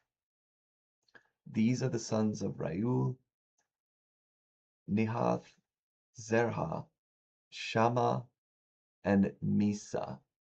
These are the sons of Basemath, Esau's wife. These are the sons of Oholibamah, the daughter of Anah, the daughter of Zibeon, Esau's wife. She bore to Esau Jeush, Jamal, or Jalam, and Korah. These are the chiefs of the sons of Esau, the sons of Eliphaz, the firstborn of Esau, the chiefs Teman, Omar, Zepho, Kenaz, Korah, Gadam, and Amalek. These are the chiefs of Eliphaz in the land of Edom. These are the sons of Adah. We've got quite a ways to go. Buckle up, everyone. Buckle up. Let's get some knots going. This is putting me to sleep. Good gracious.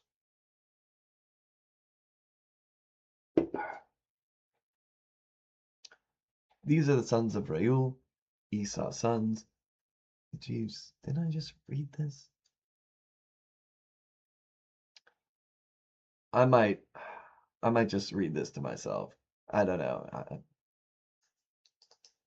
That is Edom, and these are their chiefs. These are the sons of Seir, the Horite, the inhabitants of the land: Lotan, Shobal, Zidion, Anah, Dishon, Ezer, and Dishon.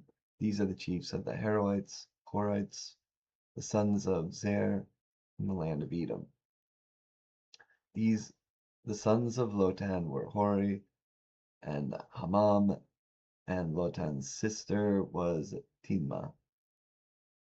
These are the sons of Shobal: Alvan, Manahath, Ebal, Sepho, and Onan. Okay,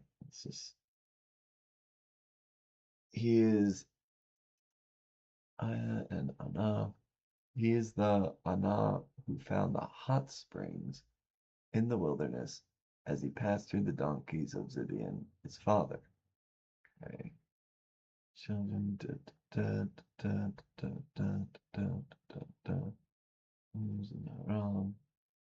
Okay. Chief by chief. There.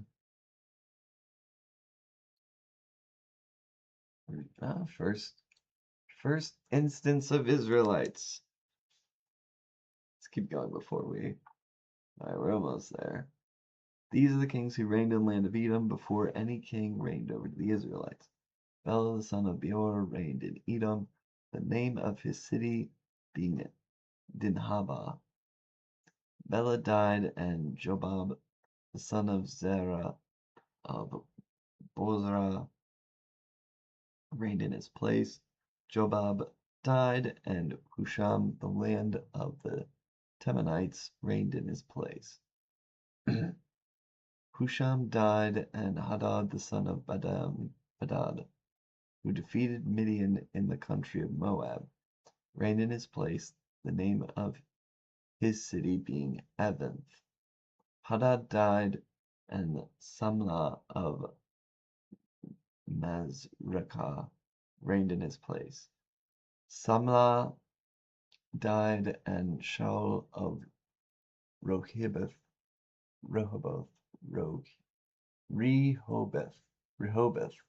of the Euphrates reigned in his place. Shaul died, and Baal-Hanan the son of Achbor reigned in his place. Baal-Hanan the son of Achbor died, and Hadar reigned in his place, the name of his city being Pal. His wife's name was Mehetabel, the daughter of Matred, daughter of Zehaba. Mezahab. These are the names of the chiefs of Esau according to their clans and their dwelling places. By their names, the chiefs Tinma, Alva, Jetheth, Ella, Pinon, oh gosh, and Eram. These are the chiefs of Edom, that is Esau, the father of Edom, according to their dwelling place, the land of their possession. Takeaways. Holy smokes. Oh my gosh. Oh my good gracious.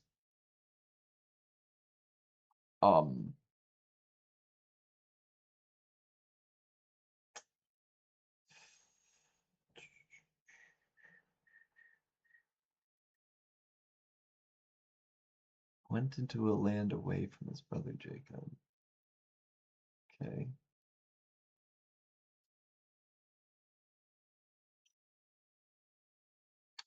Okay.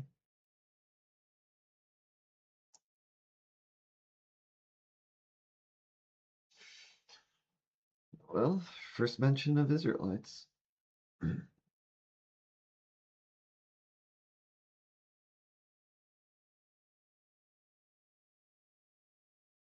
So that's a first. There you go.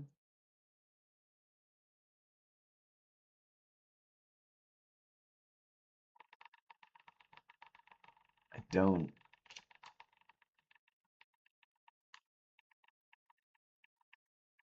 Yeah. Not really anything else to say about this chapter. Oh my goodness. It's like, okay. Names on names on names on names. Got it. Just a record of people, where they are, what they're called, what their, place they live is called.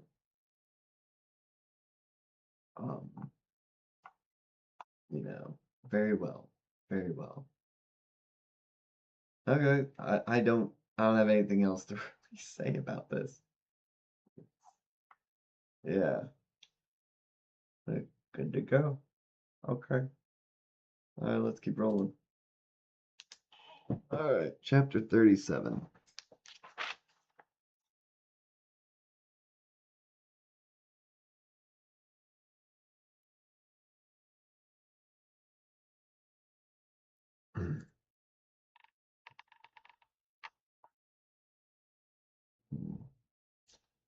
All right, Joseph's dreams. All right, all right.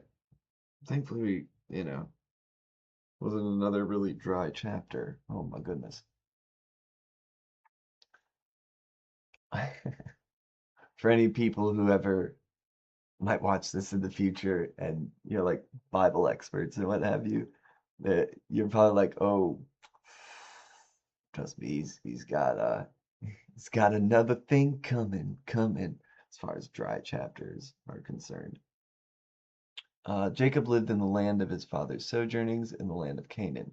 These are the generations of Jacob. Joseph, being 17 years old, was pasturing the flock with his brothers.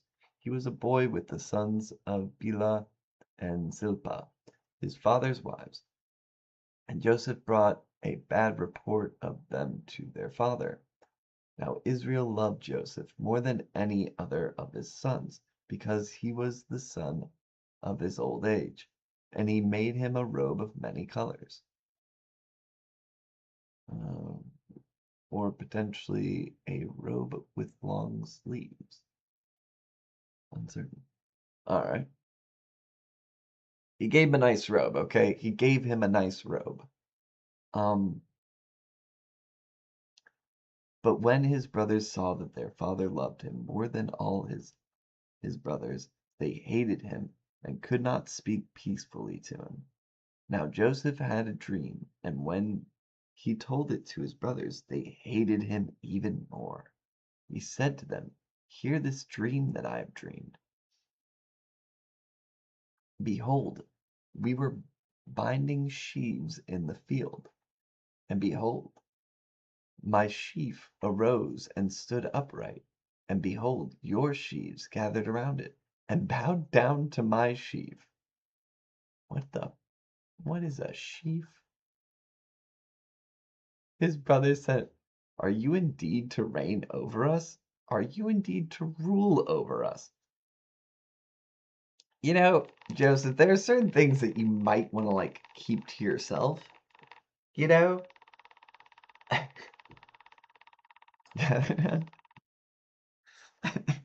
Certain things that maybe, yeah, maybe not the wisest of choices telling his brothers that specific dream. Then he dreamed another dream and told it to his brothers and said, "Behold, I have dreamed another dream. Behold, the sun, the moon, and 11 stars were bowing down to me." Dude, if I was this older brother, like, is this guy like, I don't know, he sounds a little conceited. Dude, like, it's one thing to have a dream like that. It's another thing to like go around telling people about. Dude, I had this dream, the sun, the moon, and 11 stars were bowing down to me. Maybe he was just happy. Maybe this was like, dude, it was the best. Let me tell you, best dream I ever had. The sun, the moon, 11 stars bowing down to me. Dude, I felt great. That was the best dream I've had.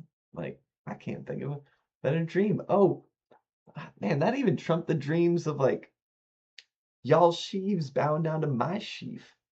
You know, that was a good one. And now I'm having a dream. Like, but when he told it to his father and to his brothers, his father rebuked him and said to him, "What is this dream that you have dreamed? Shall I and your mother," oh, sun, moon, might be like sun is the father, you know, sun being his father, moon being his mother, kind of thing. "Shall I and your mother and your brothers indeed come to bow ourselves to the ground before you?"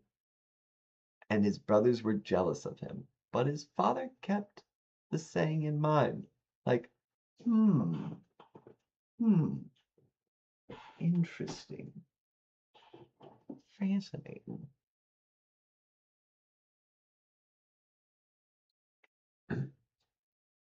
Yeah, again, Joseph, what seems like he doesn't have a filter, does he?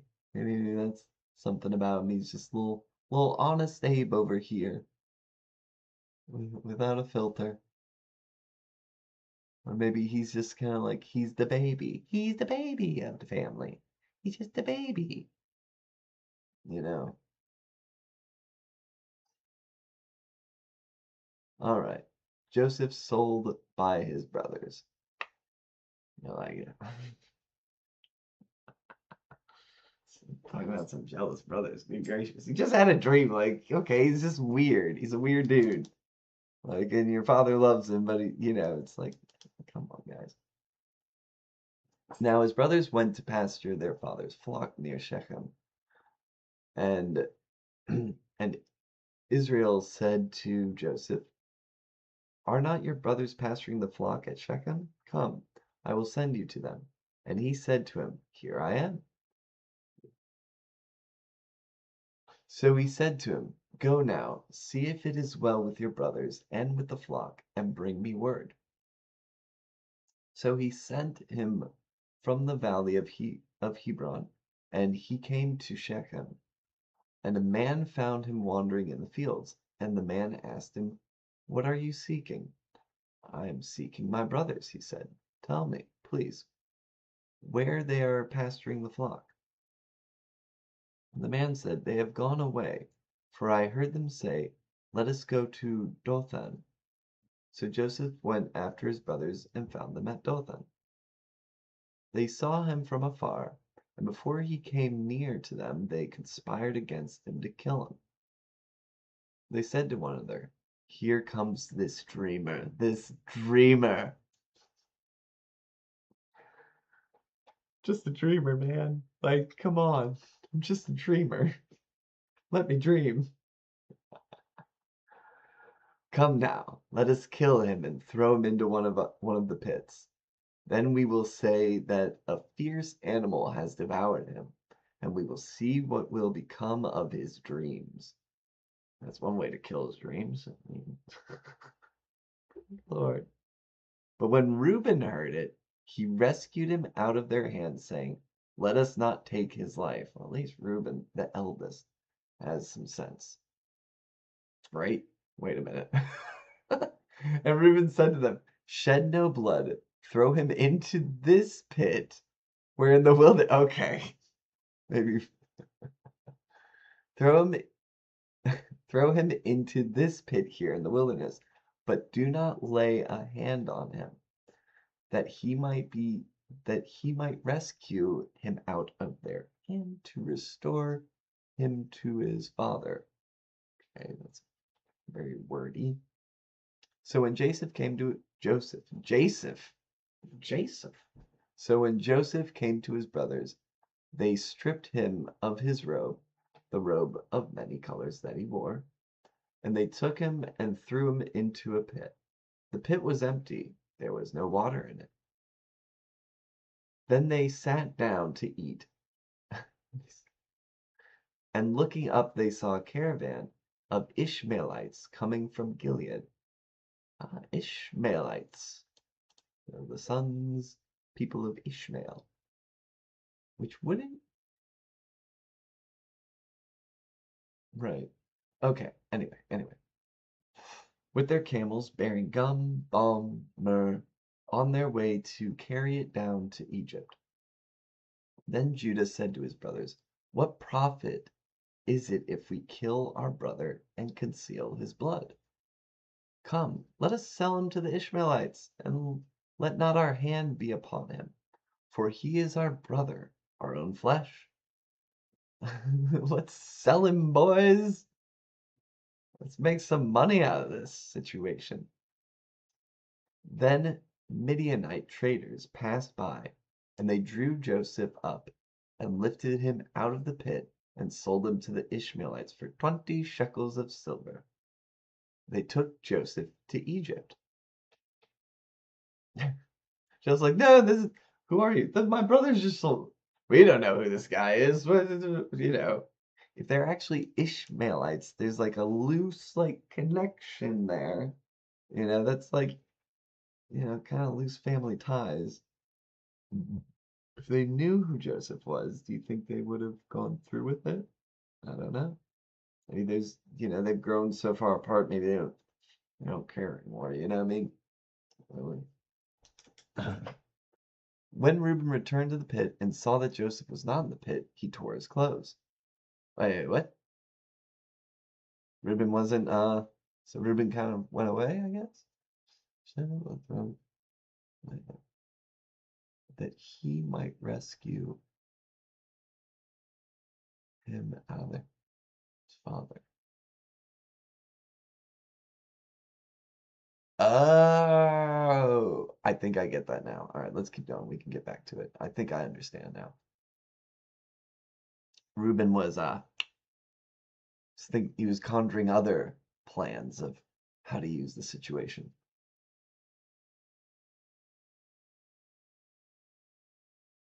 Joseph was not in the pit. He tore his clothes and returned to his brothers and said, "The boy is gone, and I, where shall I go?" Um, and they took Joseph's robe and slaughtered a goat and dipped the robe in the blood. Where shall I go? It's gone. That don't make no sense to me right now. And they sent the robe of many colors and brought it to their father and said, "This we have found. Please identify whether it is your son's robe or not." And he identified and said, "It is my son's robe. A fierce animal has devoured him. Joseph is without doubt torn to pieces." Then Jacob tore his garments and put sackcloth on his loins and mourned for his son many days. All his sons and all his daughters rose up to comfort him, but he refused to be comforted and said, "No, I shall go down to Sheol to my son, mourning." Thus his father wept for him. Meanwhile, the Midianites, which I guess the Ishmaelites and Midianites, maybe they're both together. I don't know. Passed by. Ishmaelites. We're not sure. We're not sure. We just throw them in there. Maybe it was Midianites. Maybe it was Ishmaelites. One people are saying it was Ishmaelites. One group is saying they're Midianites. We'll just mix and match it, and it'll leave this sort of who knows. It might have been one or the other. We're not sure. Meanwhile, the Midianites had sold him in Egypt to Potiphar, an officer of Pharaoh, the captain of the guard. All right, let's keep rolling. Let's keep rolling. I'll turn the brightness up a bit on my screen. All right, a lot going on here. Last chapter was like, okay, this is not much really garnish from it, but now this is quite the dense chapter we got going on. Okay.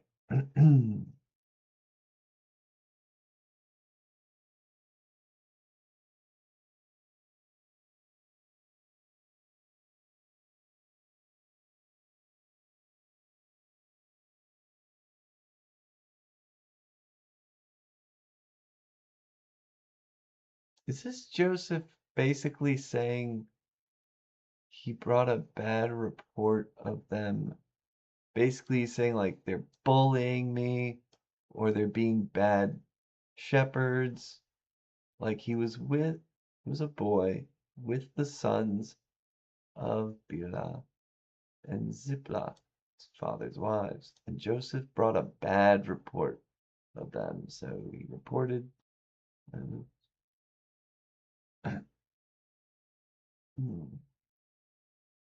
It's interesting that they kind of throw in there. It's like he was a tattletale. He was tattling on his brothers. He was being a youngest son. He was being such a youngest. Oh man. Oh.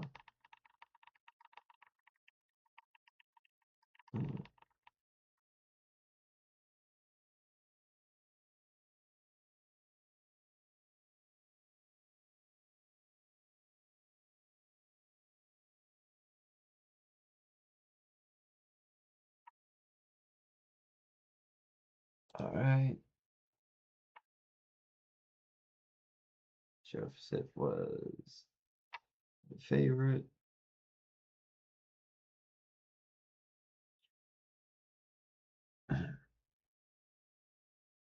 Look, I wasn't the youngest of the family, but I was the youngest of the sons. But it's definitely not the baby of the family.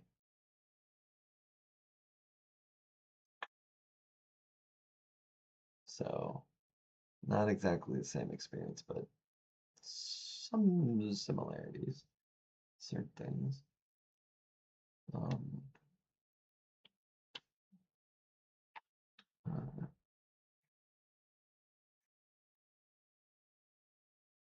little favoritism to Joseph. This is a favorite.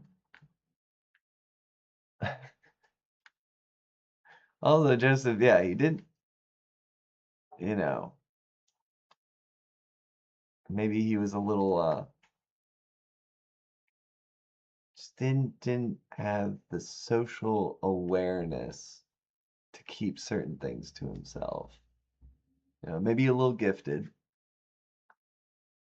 but also lacking in certain social awareness potentially. Potentially. You don't know. I don't know for sure. Uh, I wouldn't have said it was wise. Joseph brought that to me. I was like, look, don't tell your brothers about this, okay? But like, just keep this to yourself. All right? There's no need to. You're gonna rile them up. There's no need.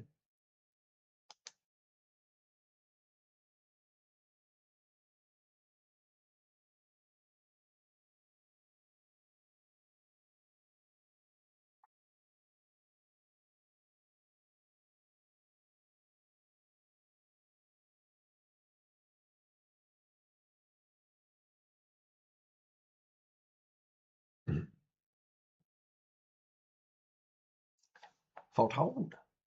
Um,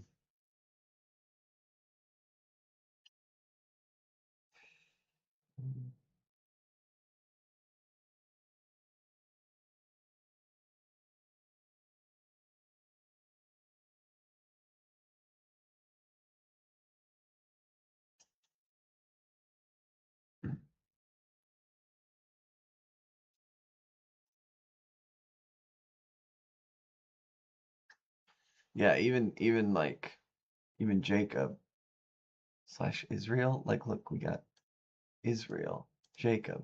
Pick one, dang it. Is it Jacob or Israel? Maybe they just keep flip-flopping. It's like, just so you don't forget. It's named, he's both. It's both Jacob and Israel. Yeah, I don't know. It's very odd that when this finally got like written down as like, we're not changing anymore. We're writing it down. It's done. This is how it goes. This is the order in which we've chosen the chapters to go. I was like, gosh, I don't know how we came to the conclusion of how this gets a little, just feels bumbly. They bumbling and mumbling.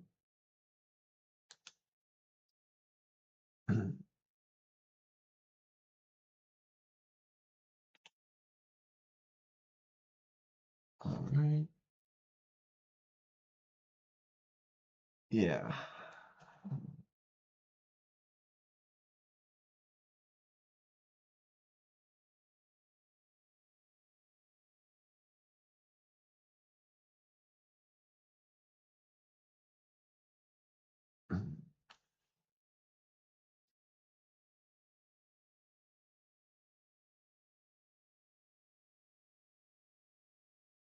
It's interesting that like afterwards, like Israel's like kind of frustrated. See, now I'm gonna start flipping flopping. I'm gonna flip flop like they're flip flopping.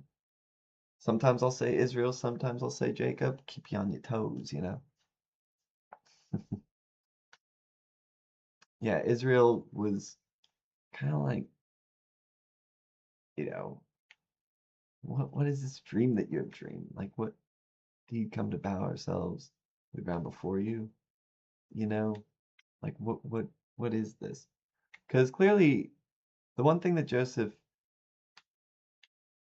it's not stated in any of this, was it's like he didn't seem to claim, from what I could tell, he didn't claim that this dream was from God, you know, or that like an angel presented this, you know.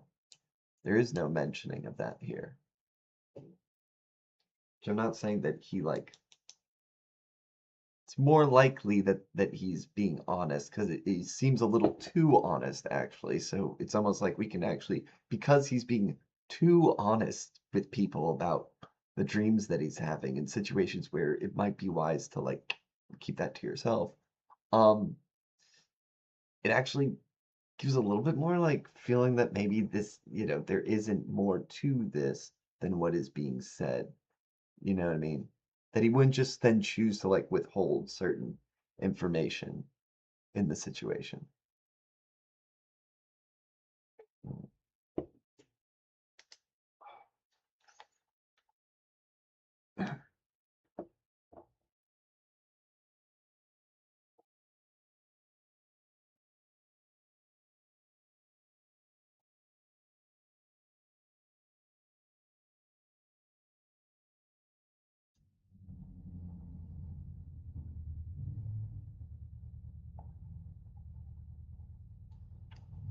All right.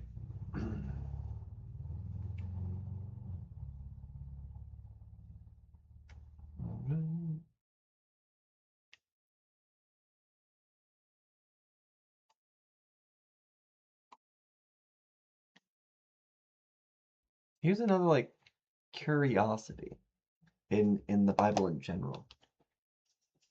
It's kind of a curiosity. Is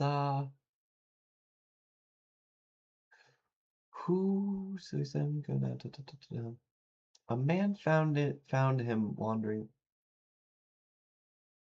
Mm, no, no, no, no. No, this kind of checks out. It kind of checks out. Um,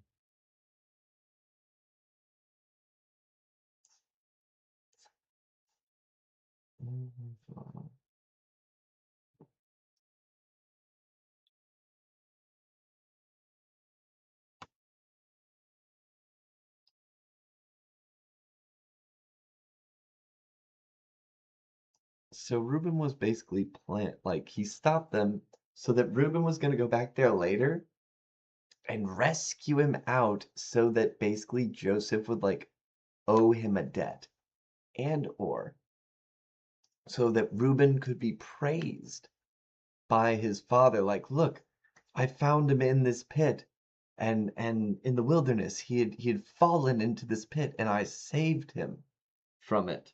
You know what I mean? So that Reuben could basically get the credit for saving Joseph from, dying or being murdered or what have you.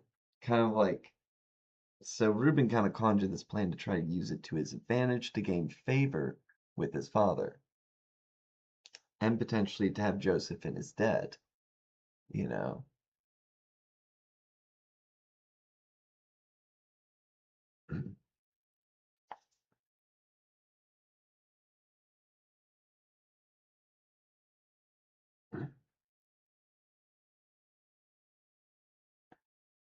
Um, hmm.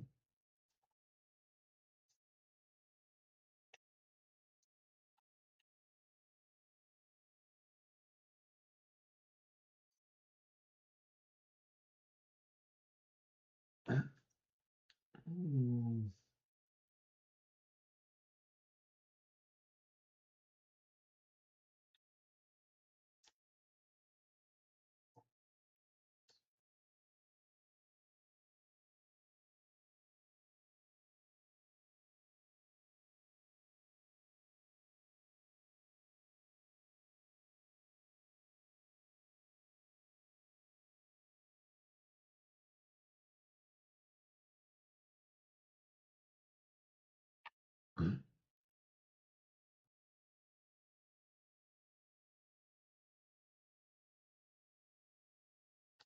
Also, Reuben's probably thinking if I try to go against my brothers right now, because he's probably thinking he's going to wait for them all to leave, and then he would come back and do this while his brothers are not there anymore.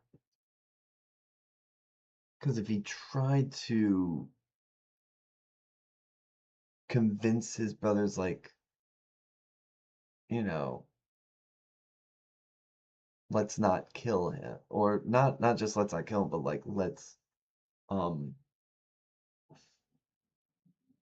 let us not do any ill. Because clearly it's like, look, let's just throw him in the pit. Let's throw him in the pit, but let's like leave him there to die. Let's just leave him in there to die. yeah, like there's no water, there's no way for him to get out. He would basically die of thirst, you know.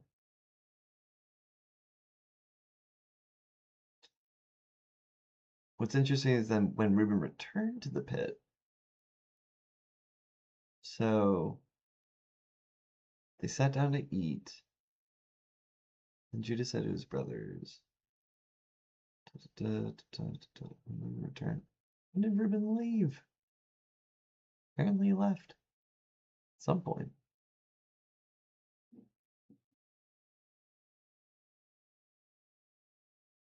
Okay, I'm missing something.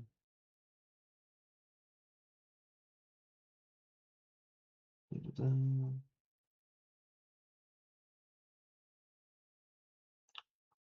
Reuben returned, maybe he was just like,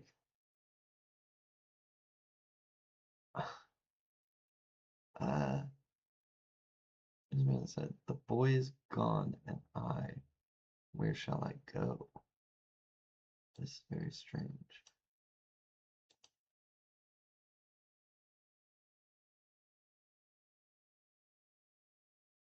Um, I don't know. Or maybe,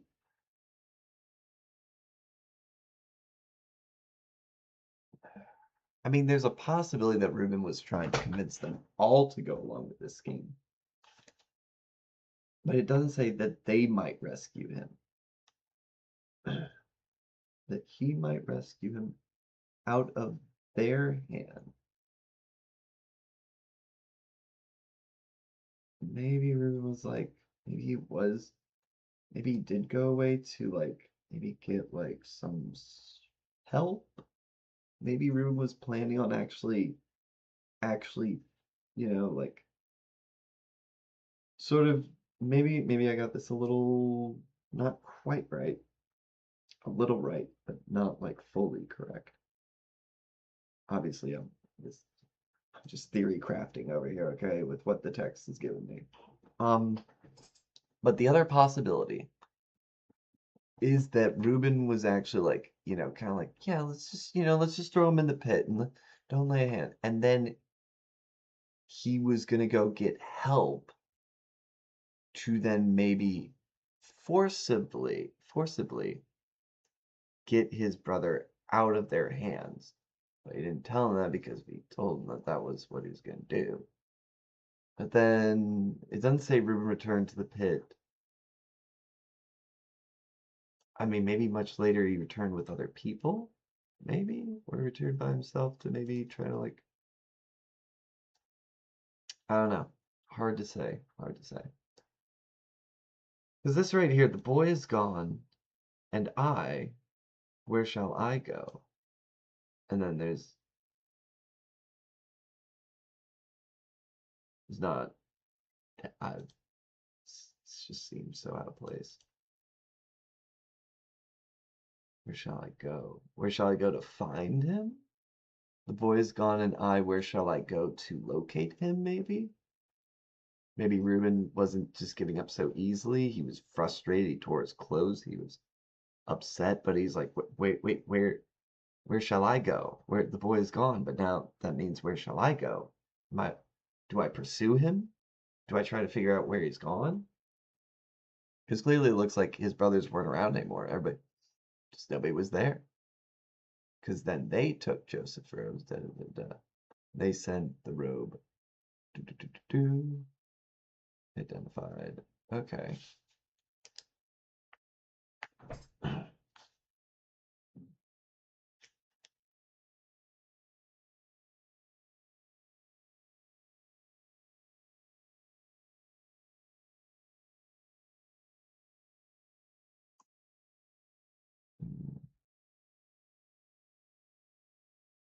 Many colors.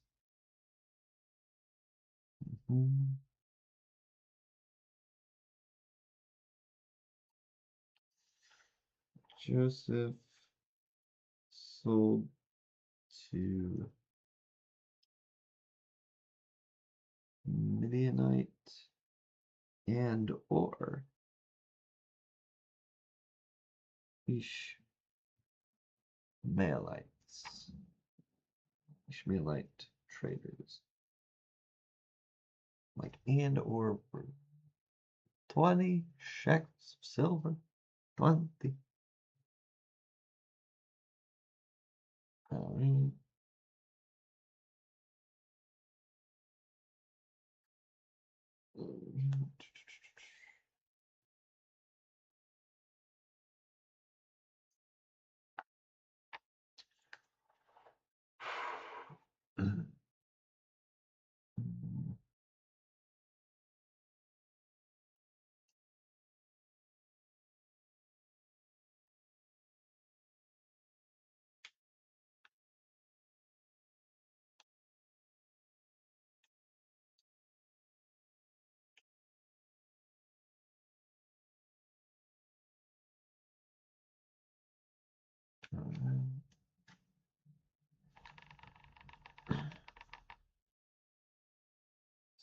Lie to Israel.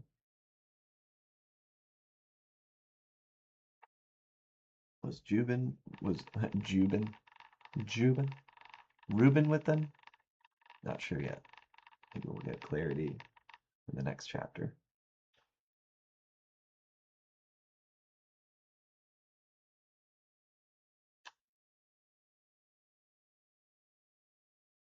No, I shall go down to Shale to my son. Is that like generally where they were? Like it's almost like he's going to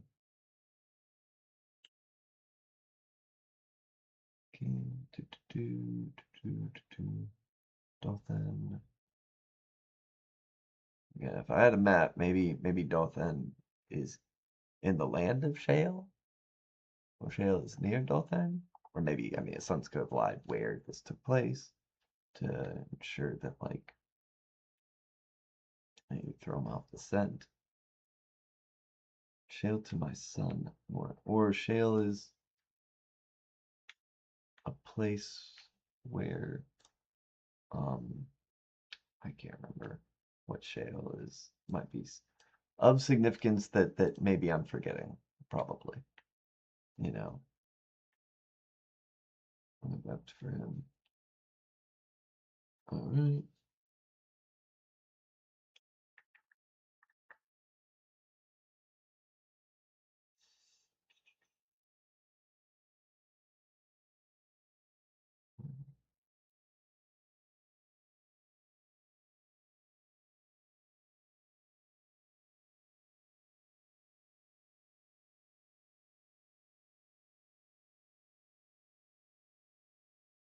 Joseph is sold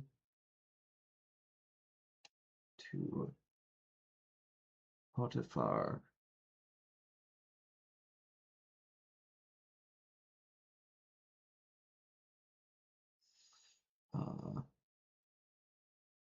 Captain of the guard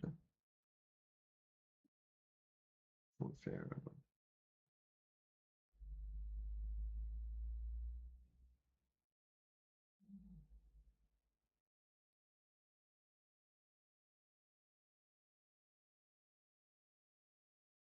All right.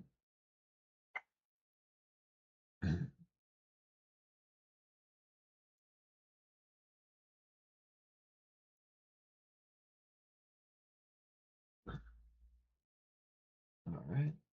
I'm gonna go have a cigarette, and then we will get back on it. Roll on to chapter 38.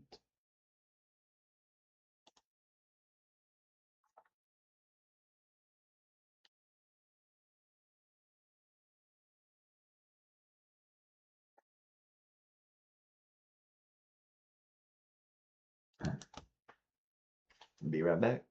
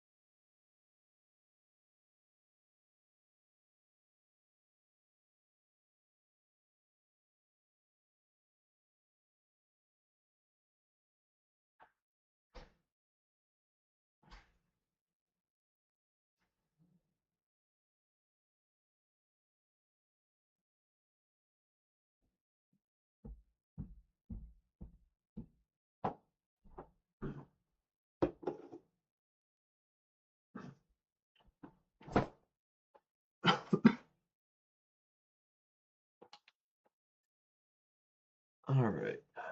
Chapter 38.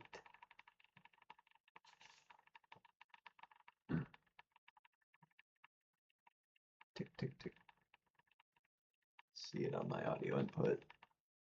The little bars start fluctuating. All right. It happened at that time that Judah went down from his brothers and turned aside to a certain Adullamite, whose name was Hira. Judah, right? Is this the... Wait a minute. So, reminder. Yeah, Judah said to his brothers. All right, so that Judah, I'm guessing. There Judah saw the daughter of a certain Canaanite, whose name was Shua. He took her and went into her, and she conceived and bore a son, and he called his name She conceived again and bore a son, and she called his name Onan. Yet again she bore a son, and she called his name Shelah. Judah was in Chezib when she bore him. Judah was in... Okay. Interesting. And Judah took a wife for his firstborn, and her name was Tamar. Wife for... Okay. But Judah's firstborn, was wicked in the sight of the Lord, and the Lord put him to death. Okay. Very well. Then Judah said to Onan, "Go into your brother's wife and perform the duty of a brother-in-law to her." Oh wow. Okay. Next man up. Next man up. And raise up offspring for your brother. Wait, what?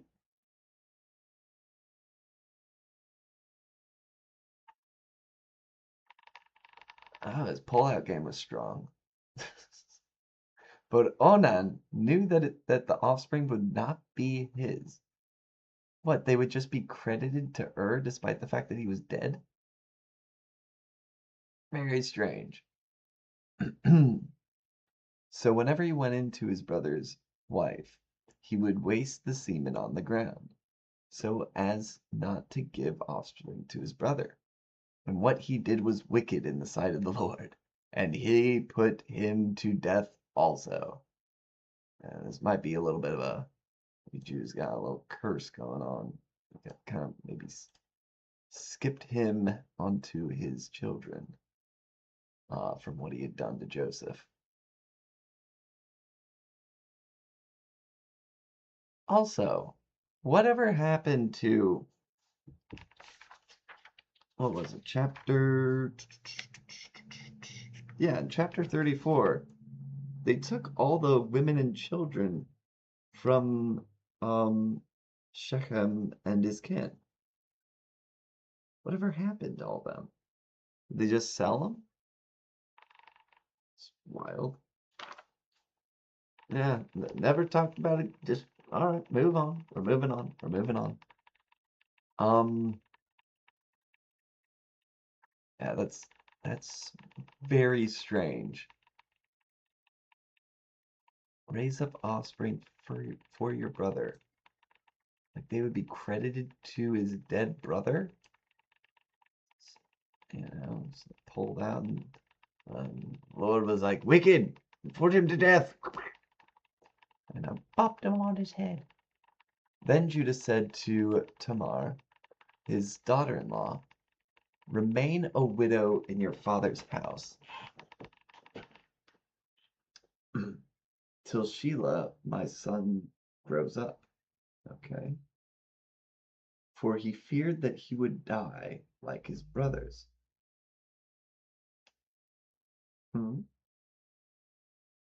For he feared that he would die like his brothers. So Tamar went and remained in her father's house.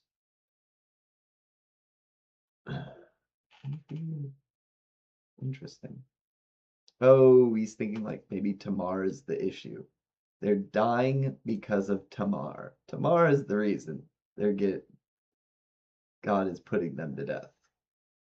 You know, he feared that they would die like his brothers. So clearly Tamar is the issue here. It could be that his sons are wicked. Maybe that, I don't know. Maybe Judah was not under the impression that his sons were wicked at that time. In the course of time, the wife of Judah, Shua's daughter, died.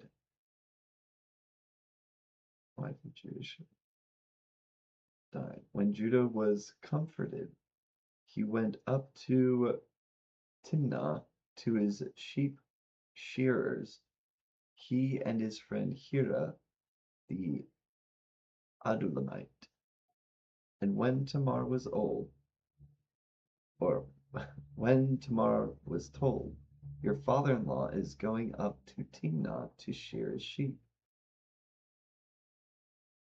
she took off her widow's garments and covered herself with a veil, wrapping herself up, and sat at the entrance to Enem, which is on the road to Timnah.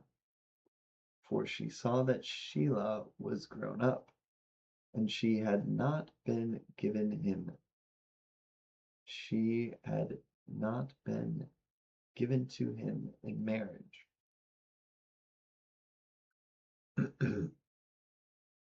When Judah saw her, he thought she was a prostitute, for she had covered her face. He turned to her at the roadside and said, come, let me come in to you. For he did not know that she was his daughter-in-law. She said, what will you give me that you may come in to me? He answered, I will send you a young goat from the flock. And she said, if you give me a pledge until you send it. He said, what pledge shall I give you? She replied, your signet and your cord and your staff that is in your hand. Seems like quite a bit of must have been in quite the mood. So he gave them to her and went into her, and she conceived by him. Then she arose and went away, and taking off her veil, she put on the garments of her widowhood. When Judah sent the young goat by his friend the Adulamite to take back the pledge from the woman's hand, he did not find her. And he asked the men of the place, where is the cult prostitute? The cult prostitute? Interesting. So there's a cult prostitution. Where is the cult? Sacred woman, a woman taken deity by prostitution. Interesting. Who is at Enem at the roadside? And they said, no cult prostitute has been here. So he returned to Judah and said, I have not found her. Also the men of the place said, no cult prostitute has been here. And Judah replied, let her keep the things as her own, or we shall be laughed at. You see, I sent this young goat, and you did not find her. About 3 months later, Judah was told, Tamar, your daughter-in-law, has been immoral. Moreover, she is pregnant by immorality. And Judah said, bring her out, and let her be burned. See, prostitution is fine, but if you are a widow, you must act as such. At least back in those days, it seems. As she was being brought out, she sent word to her father-in-law, by the man to whom these belong, I am pregnant. And she said, please identify whose these are, the signet, and the cord, and the staff.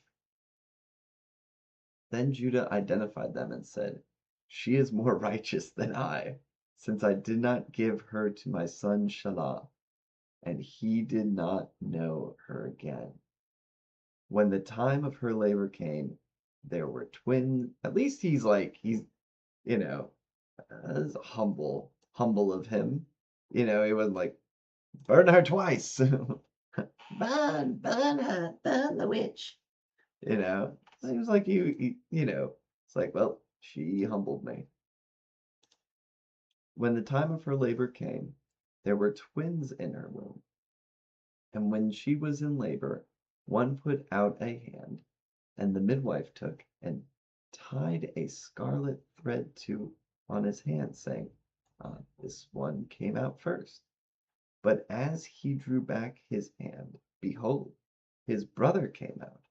And she said, what a breach you have made for yourself. Therefore his name was called Perez.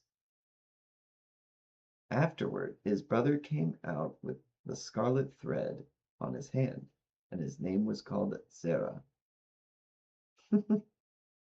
Well, I'm like, I'm coming. Oh, this is the one. This is the first one. Oh, and then Perez is like, no, I'm gonna squeak on by here. Actually, I'm gonna come out first. Okay, all right. Interesting chapter.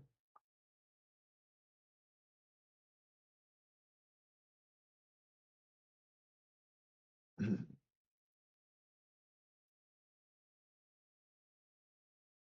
right. All right. So Shua, wife of Judah. All right.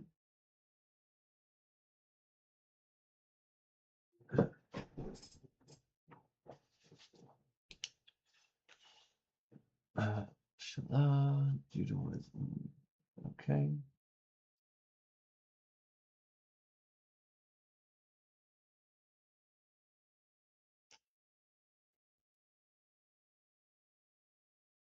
All right.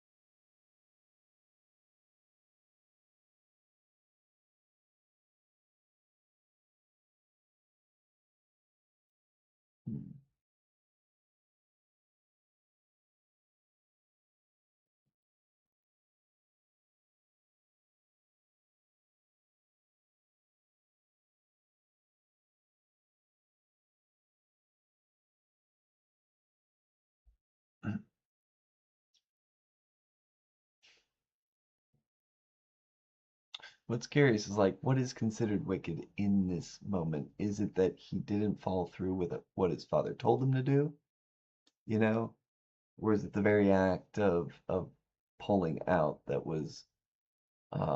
is being considered wicked here?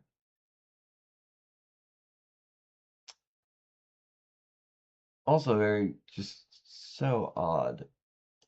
Um, go to your brother's wife and perform the duty of a brother-in-law to her and raise up offspring. Why didn't he just like? Was there some law that like why and raise up offspring for your dead brother if this is properly chronological, which we are assuming it is. Um,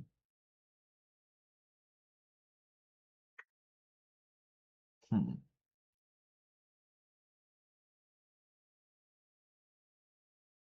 Was wicked in the sight of the Lord. Um, okay, we don't get clarification on why. At least this kind of gives sort of a like why he was considered wicked. This right here just doesn't. Why was he? Why did God consider? We don't know. We don't know.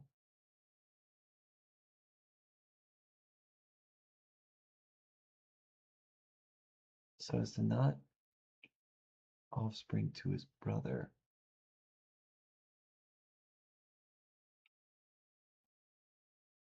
Huh.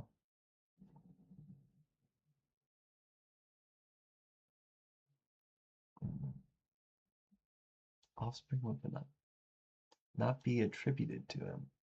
That is such a strange concept. Just the concept in of itself is very strange. Why don't you just be like, all right, your brother's dead. She will be your wife, and your children will be yours. Like, why wasn't that? Maybe Judah loved her so much that he didn't really care that much for Onan, and he wanted to just attribute those children to her. I don't know. Was he planning on getting Onan his own wife after he did this? Or is it like they'll be what like maybe talk about getting cucked, you know? Okay. Um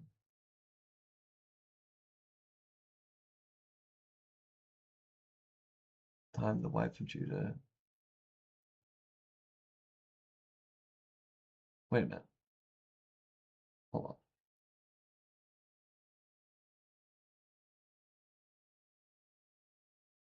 In the course of time, the wife of Judah. Wait a minute. Judah, whose name was Shua. Shua's daughter died. In time, the wife of Judah. All right, let's check a different translation here, because that's a long time. Judah's wife. Uh, Maybe they had the same name.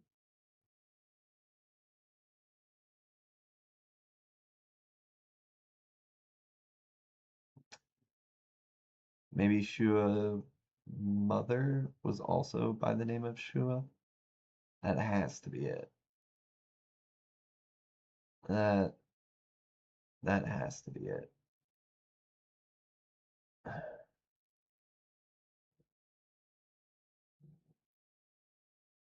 Um, because that doesn't, the daughter of Shua died. Judah met the daughter of a Canaanite man named Shua. Ow! Fudge. Fudge nuggets. Okay, so we don't actually. Do we get her name? Do we actually get the daughter? Why did man, I messed that up.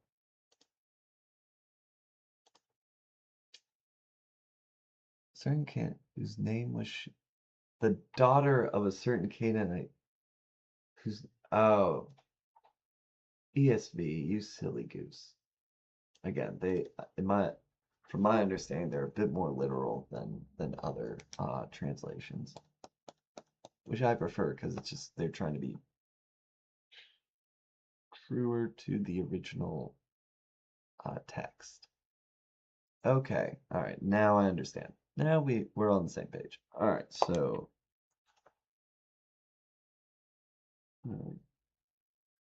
wife dies.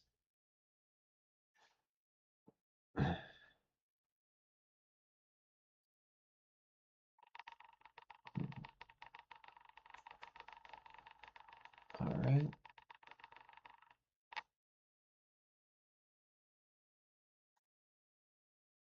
So Tamar, she conjures a plan here. Conjures a plan. And that Judah's a dirty dog. Judah's a dirty dog. Well, also, I mean, he doesn't have a wife anymore, I mean, he's not held down, You might want to, let one out. So Tamar tricks Judah into having sex.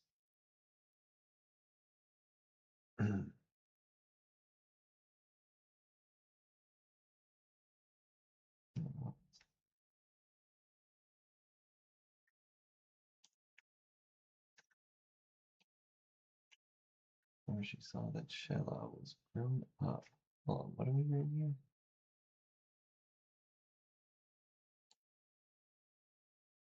I see, I see.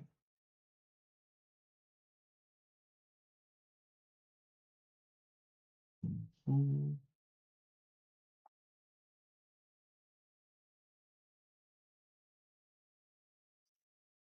Mhm.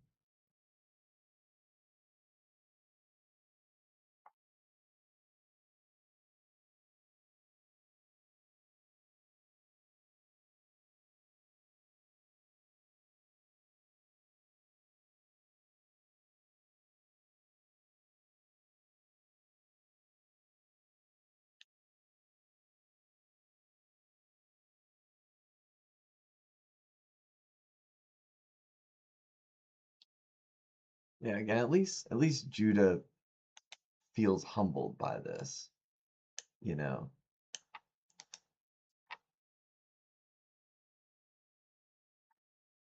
and accepts, responsibility for the situation.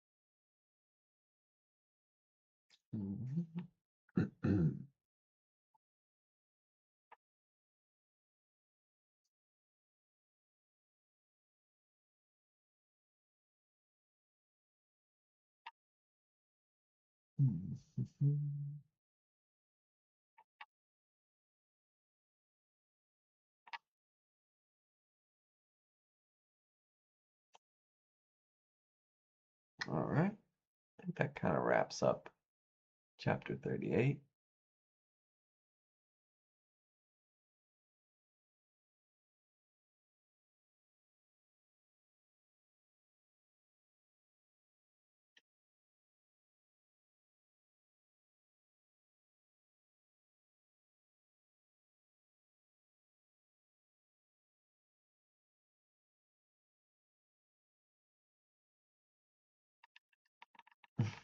Wonder how Shella feels about this. Maybe he also was like, maybe Judah convinced Shella, like, no, if you sleep with her, clearly, like, dude, both your brothers have died from having sex with Tamar. Like, clearly, something's up with her. We're not sure. Let's not risk it for the biscuit. So Tamar risked it for the biscuit herself. She made a clever plan and followed through with it. I mean, maybe it wouldn't have worked. I mean, it wasn't a guarantee plan, but she risked it for the biscuit. Probably getting tired of just walking around being a widow all this time. Like, well, can't.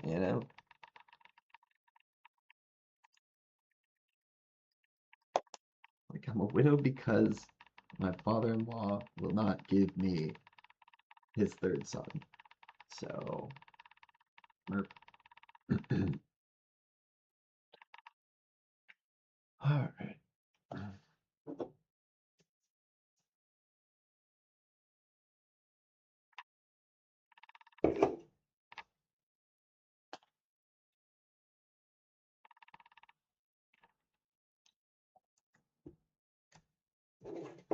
Secretly, Tamar was taking them out one by one because she was not pleased with them.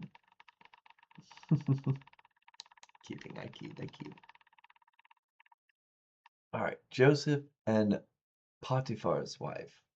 Oh no, oh dear, what happens here?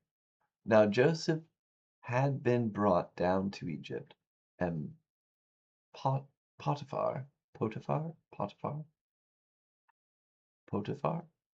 I don't know, Potiphar, I'll just call him Potiphar. Potiphar, an officer of Pharaoh, the captain of the guard, an Egyptian, had bought him from the Ishmaelites who had brought him down there. The Lord was with Joseph, and he became a successful man. And he was in the house of his Egyptian master. His master saw that the Lord was with him, and that the Lord caused all that he did to succeed in his hands. So Joseph found favor in his sight and attended him, and he made him overseer of his house and put him in charge of all that he had. From the time that he made him overseer in his house and over all that he had, the Lord blessed the Egyptian's house for Joseph's sake. The blessing of the Lord was on all that he had in house and field.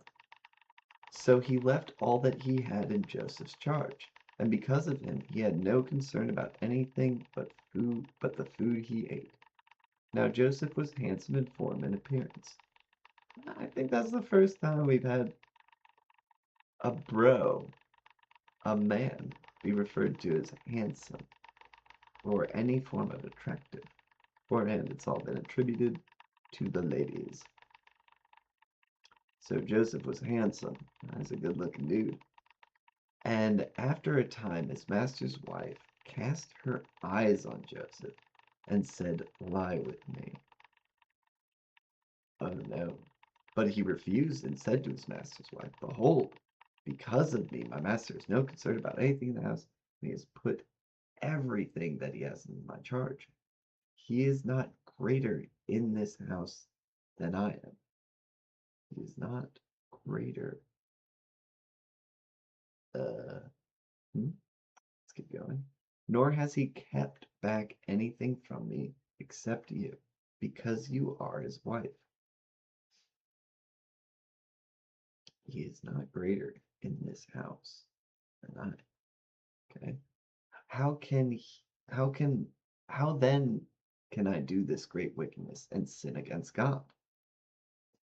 And as she spoke to Joseph day after day, he would not listen to her, to lie beside her, or to be with her. Like, I ain't even lying beside you. I ain't like, no, he's keeping his distance. He's doing a good job. He's hoping maybe if I just, just keep saying no, she'll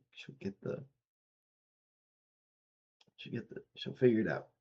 But one day, when he went into the house to do his work, and none of the men of the house was there in the house, she caught him by his garment, saying, "Lie with me."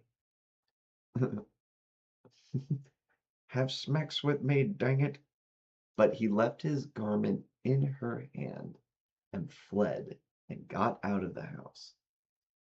And as soon as she saw that he had left his garment in her hand and had fled out of the house, she called to the men of her household and said to them, "See, he has brought among us a Hebrew to laugh at us." What? He came into me to lie with me, and I cried out with a loud voice. And as soon as he heard that, I lifted up my voice and cried out. He left his garment beside me and fled and got out of the house. He's very funky. He has brought among us a Hebrew to laugh at us. What? Okay. Then she laid up his garment by her until his master came home. And she told him the same story, saying, "The Hebrew servant whom you have brought among us came in to me to laugh at me. But as soon as I lifted up my voice and cried, he left his garment beside me and fled out of the house.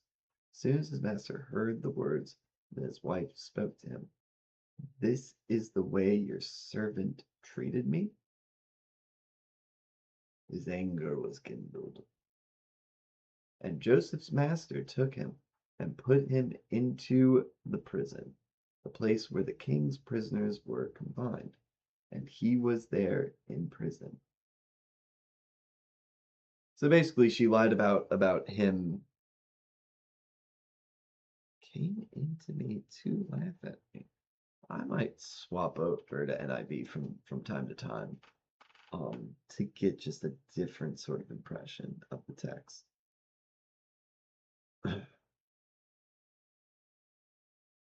Because to my understanding, the NIV tries to modernize, not like update the lingo to be more understandable for like how English is actually spoken and communicated, rather than trying a more literal translation. Whatever was done there, he was the one who did it. Oh, and the keeper of the prison put Joseph in charge of all the prisoners who were in the prison. Was done there, he was the one who did it. Oh, interesting. He put Joseph in charge. The keeper of the paid no attention to anything that was in Joseph's charge, because the Lord was with him. And whatever he did, the Lord made it succeed. Whatever we do, we win. We win. We win. Because God deems it possible. All right, let's see what that I do. Come to bed with me, but he left his cloak in her hand. House. Look, she said, this Hebrew has been brought to us to make sport of us. He came in here to sleep with me, but I screamed. When he heard me scream for help, he left his cloak beside me and ran out of the house. Roz came to me to make sport of me.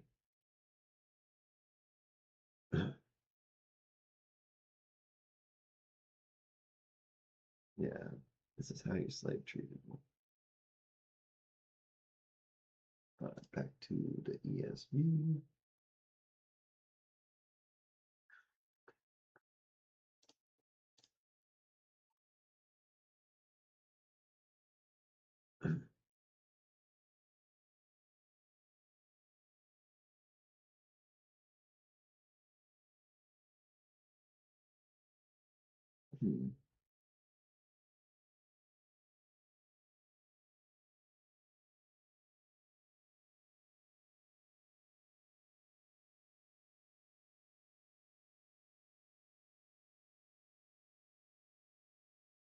All right, interesting, interesting. Oh, to be too attractive. Too attractive. She was like, I want that ass. She wanted that ass. Joseph be purty. He's smexy. Alright, so.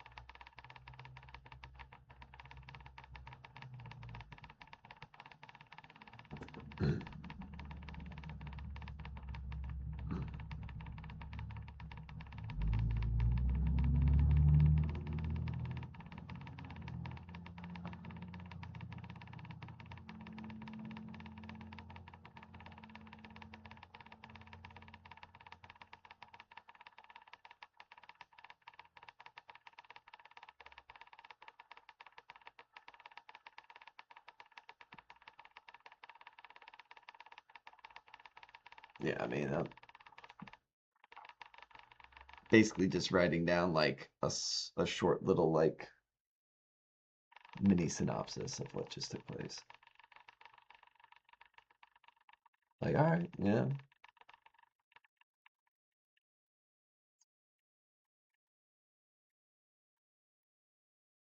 seems to be the takeaway here.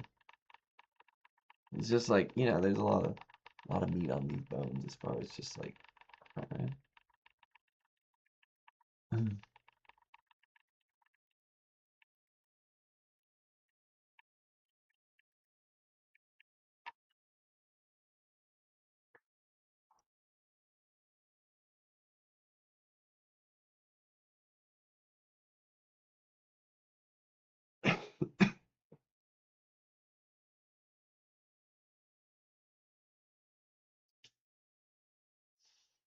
right.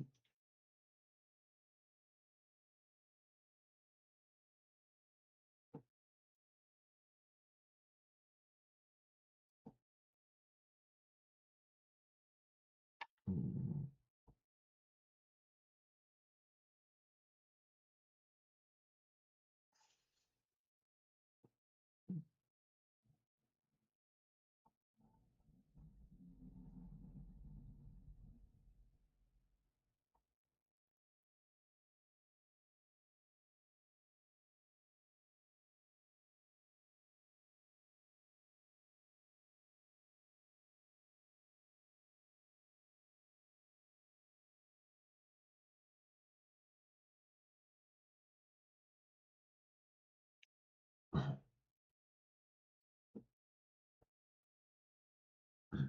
right.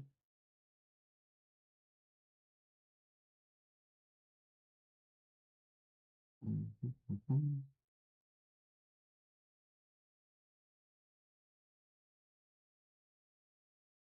Mhm.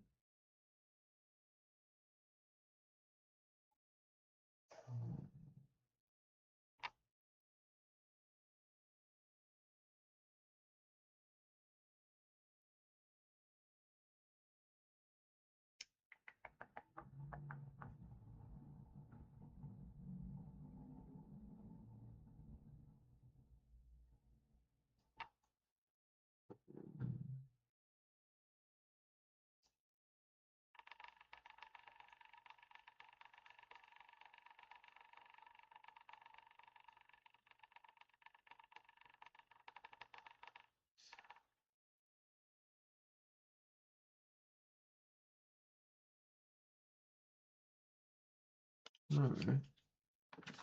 On to chapter 39.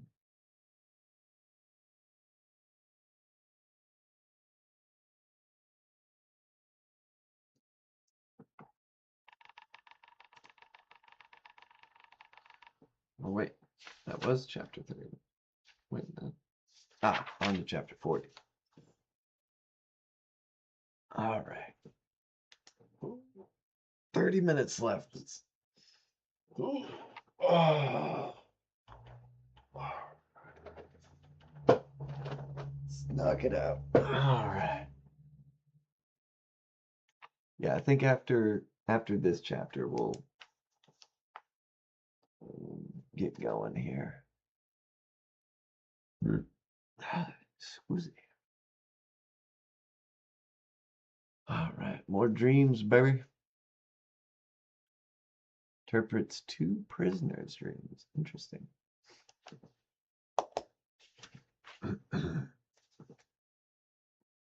Sometime after this, the cupbearer of the king of Egypt and his baker committed an offense against their lord, the king of Egypt.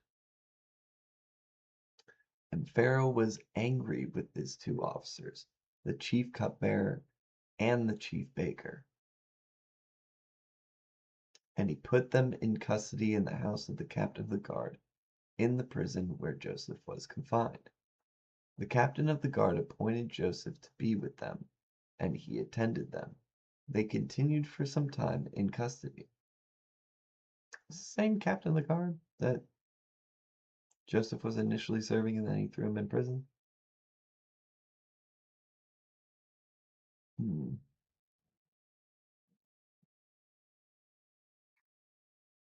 Hmm. And one night they both dreamed, the cupbearer and the baker of the king of Egypt, who were confined in the prison, each his own dream, and each dream with its own interpretation. When Joseph came to them in the morning, he saw that they were troubled. So he asked Pharaoh's officers who were with him in custody in his master's house, "Why are your faces downcast today?" They said to him, "We have had dreams, and there is no one to interpret them." And Joseph said to them, "Do not interpretations belong to God? Please tell them to me." So the chief cupbearer told his dream to Joseph and said to him, "In my dream there was a vine before me, and on the vine there were 3 branches. As soon as it budded, its blossoms shot forth, and the clusters ripened into grapes. Pharaoh's cup was in my hand, and I took the grapes and pressed them into Pharaoh's cup, and placed the cup in Pharaoh's hand." Then Joseph said to him, "This is its interpretation. The 3 branches are 3 days. In 3 days Pharaoh will lift up your head and restore you to your office, and you shall place Pharaoh's cup in his hand as formerly when you were his cupbearer.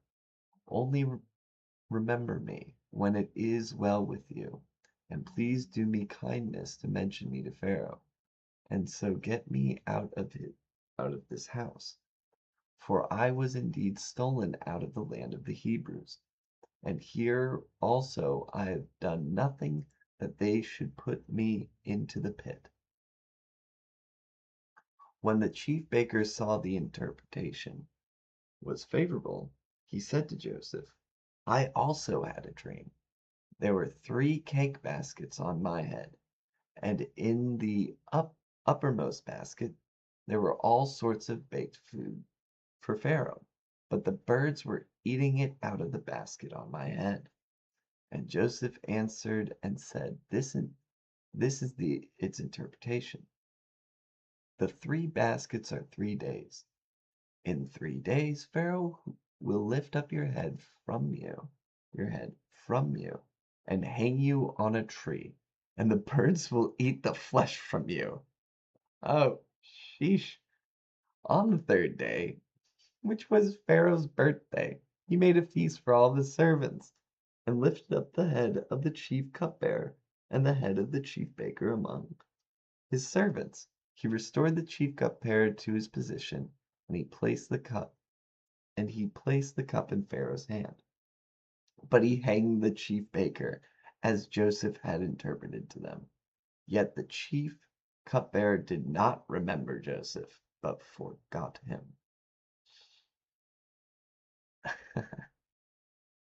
Well, well, well. Fascinating. Right. I might have to do another chapter because this one isn't like, yeah, because look, we stream till 4. We stream till 4. So I'm probably going to do another chapter after this one because it ain't quite yet there. Feels like 350. I'd be like, all right, let's close it out. Next thing you know, who knows what the next chapter might hold. And next thing you know, could be one of those that takes like 25, 30 minutes. Okay. Joseph shows confidence in his abilities and also connection to God here, in my opinion.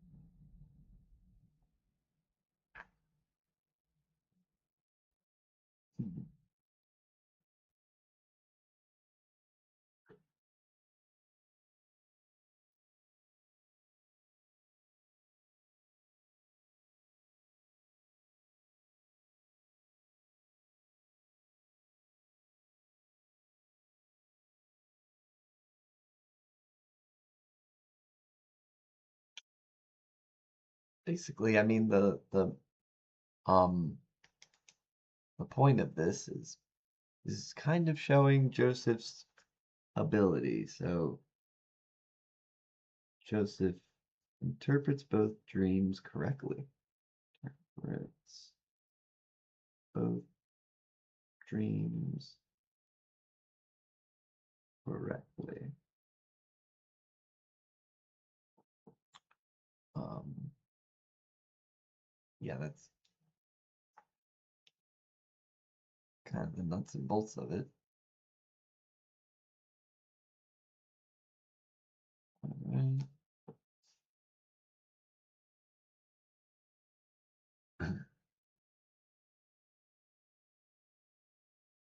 Vine before me, and on the vine there are three branches.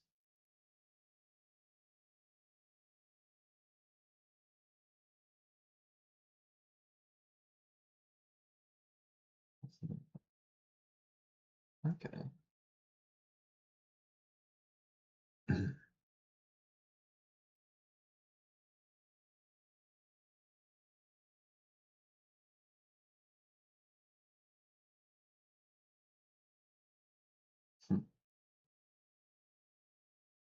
Kind of a callback to what happened to him previously into the pit or into a pit that he was thrown into earlier.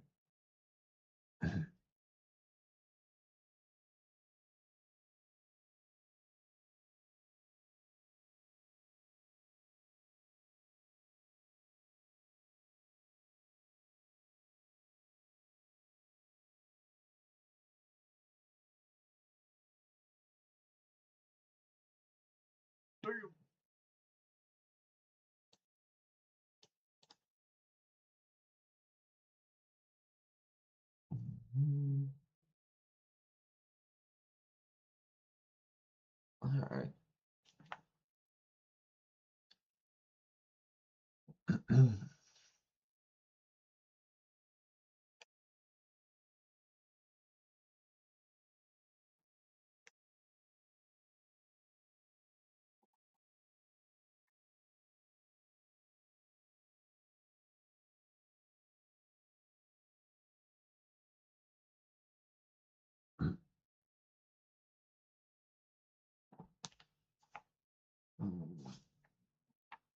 I guess you could say Joseph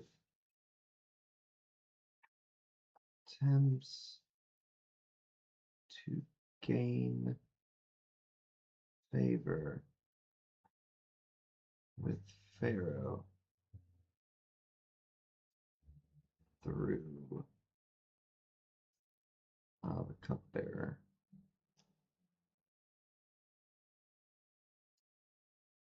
But the cupbearer forgets to follow through.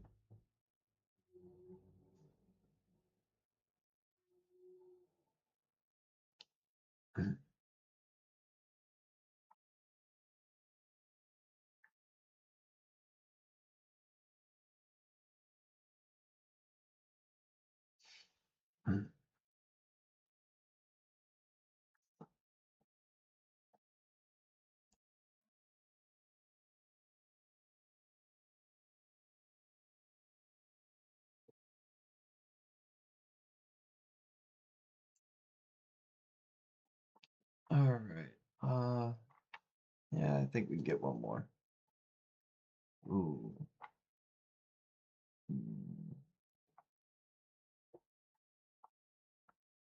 Mm. Gotta admit, I'm kind of hungry right now. I think this is as good a time as any to call it. Try to, I mean, I ate like a slice from a frozen pizza for lunch about 5 hours ago, and I need to eat more than that. That is not enough. All right, I think we're gonna call it here today. Um, Dang it, that darn sound is back, it seems. Okay, looks like it's gone now. Yeah, hopefully by next Monday I will have a I'll have either a boom mic or a headset that plugs in via USB, and that way I get this darn clicking sound out of here that shows up periodically, which I'm pretty sure. No, that didn't do it that time.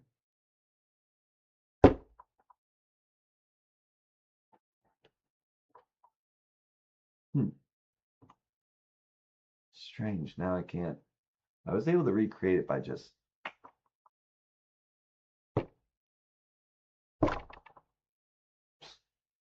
Ah, well. However, I do believe if I got a boom mic or, right now I'm using the sound out of the webcam, so the mic out of the webcam. Any musicals.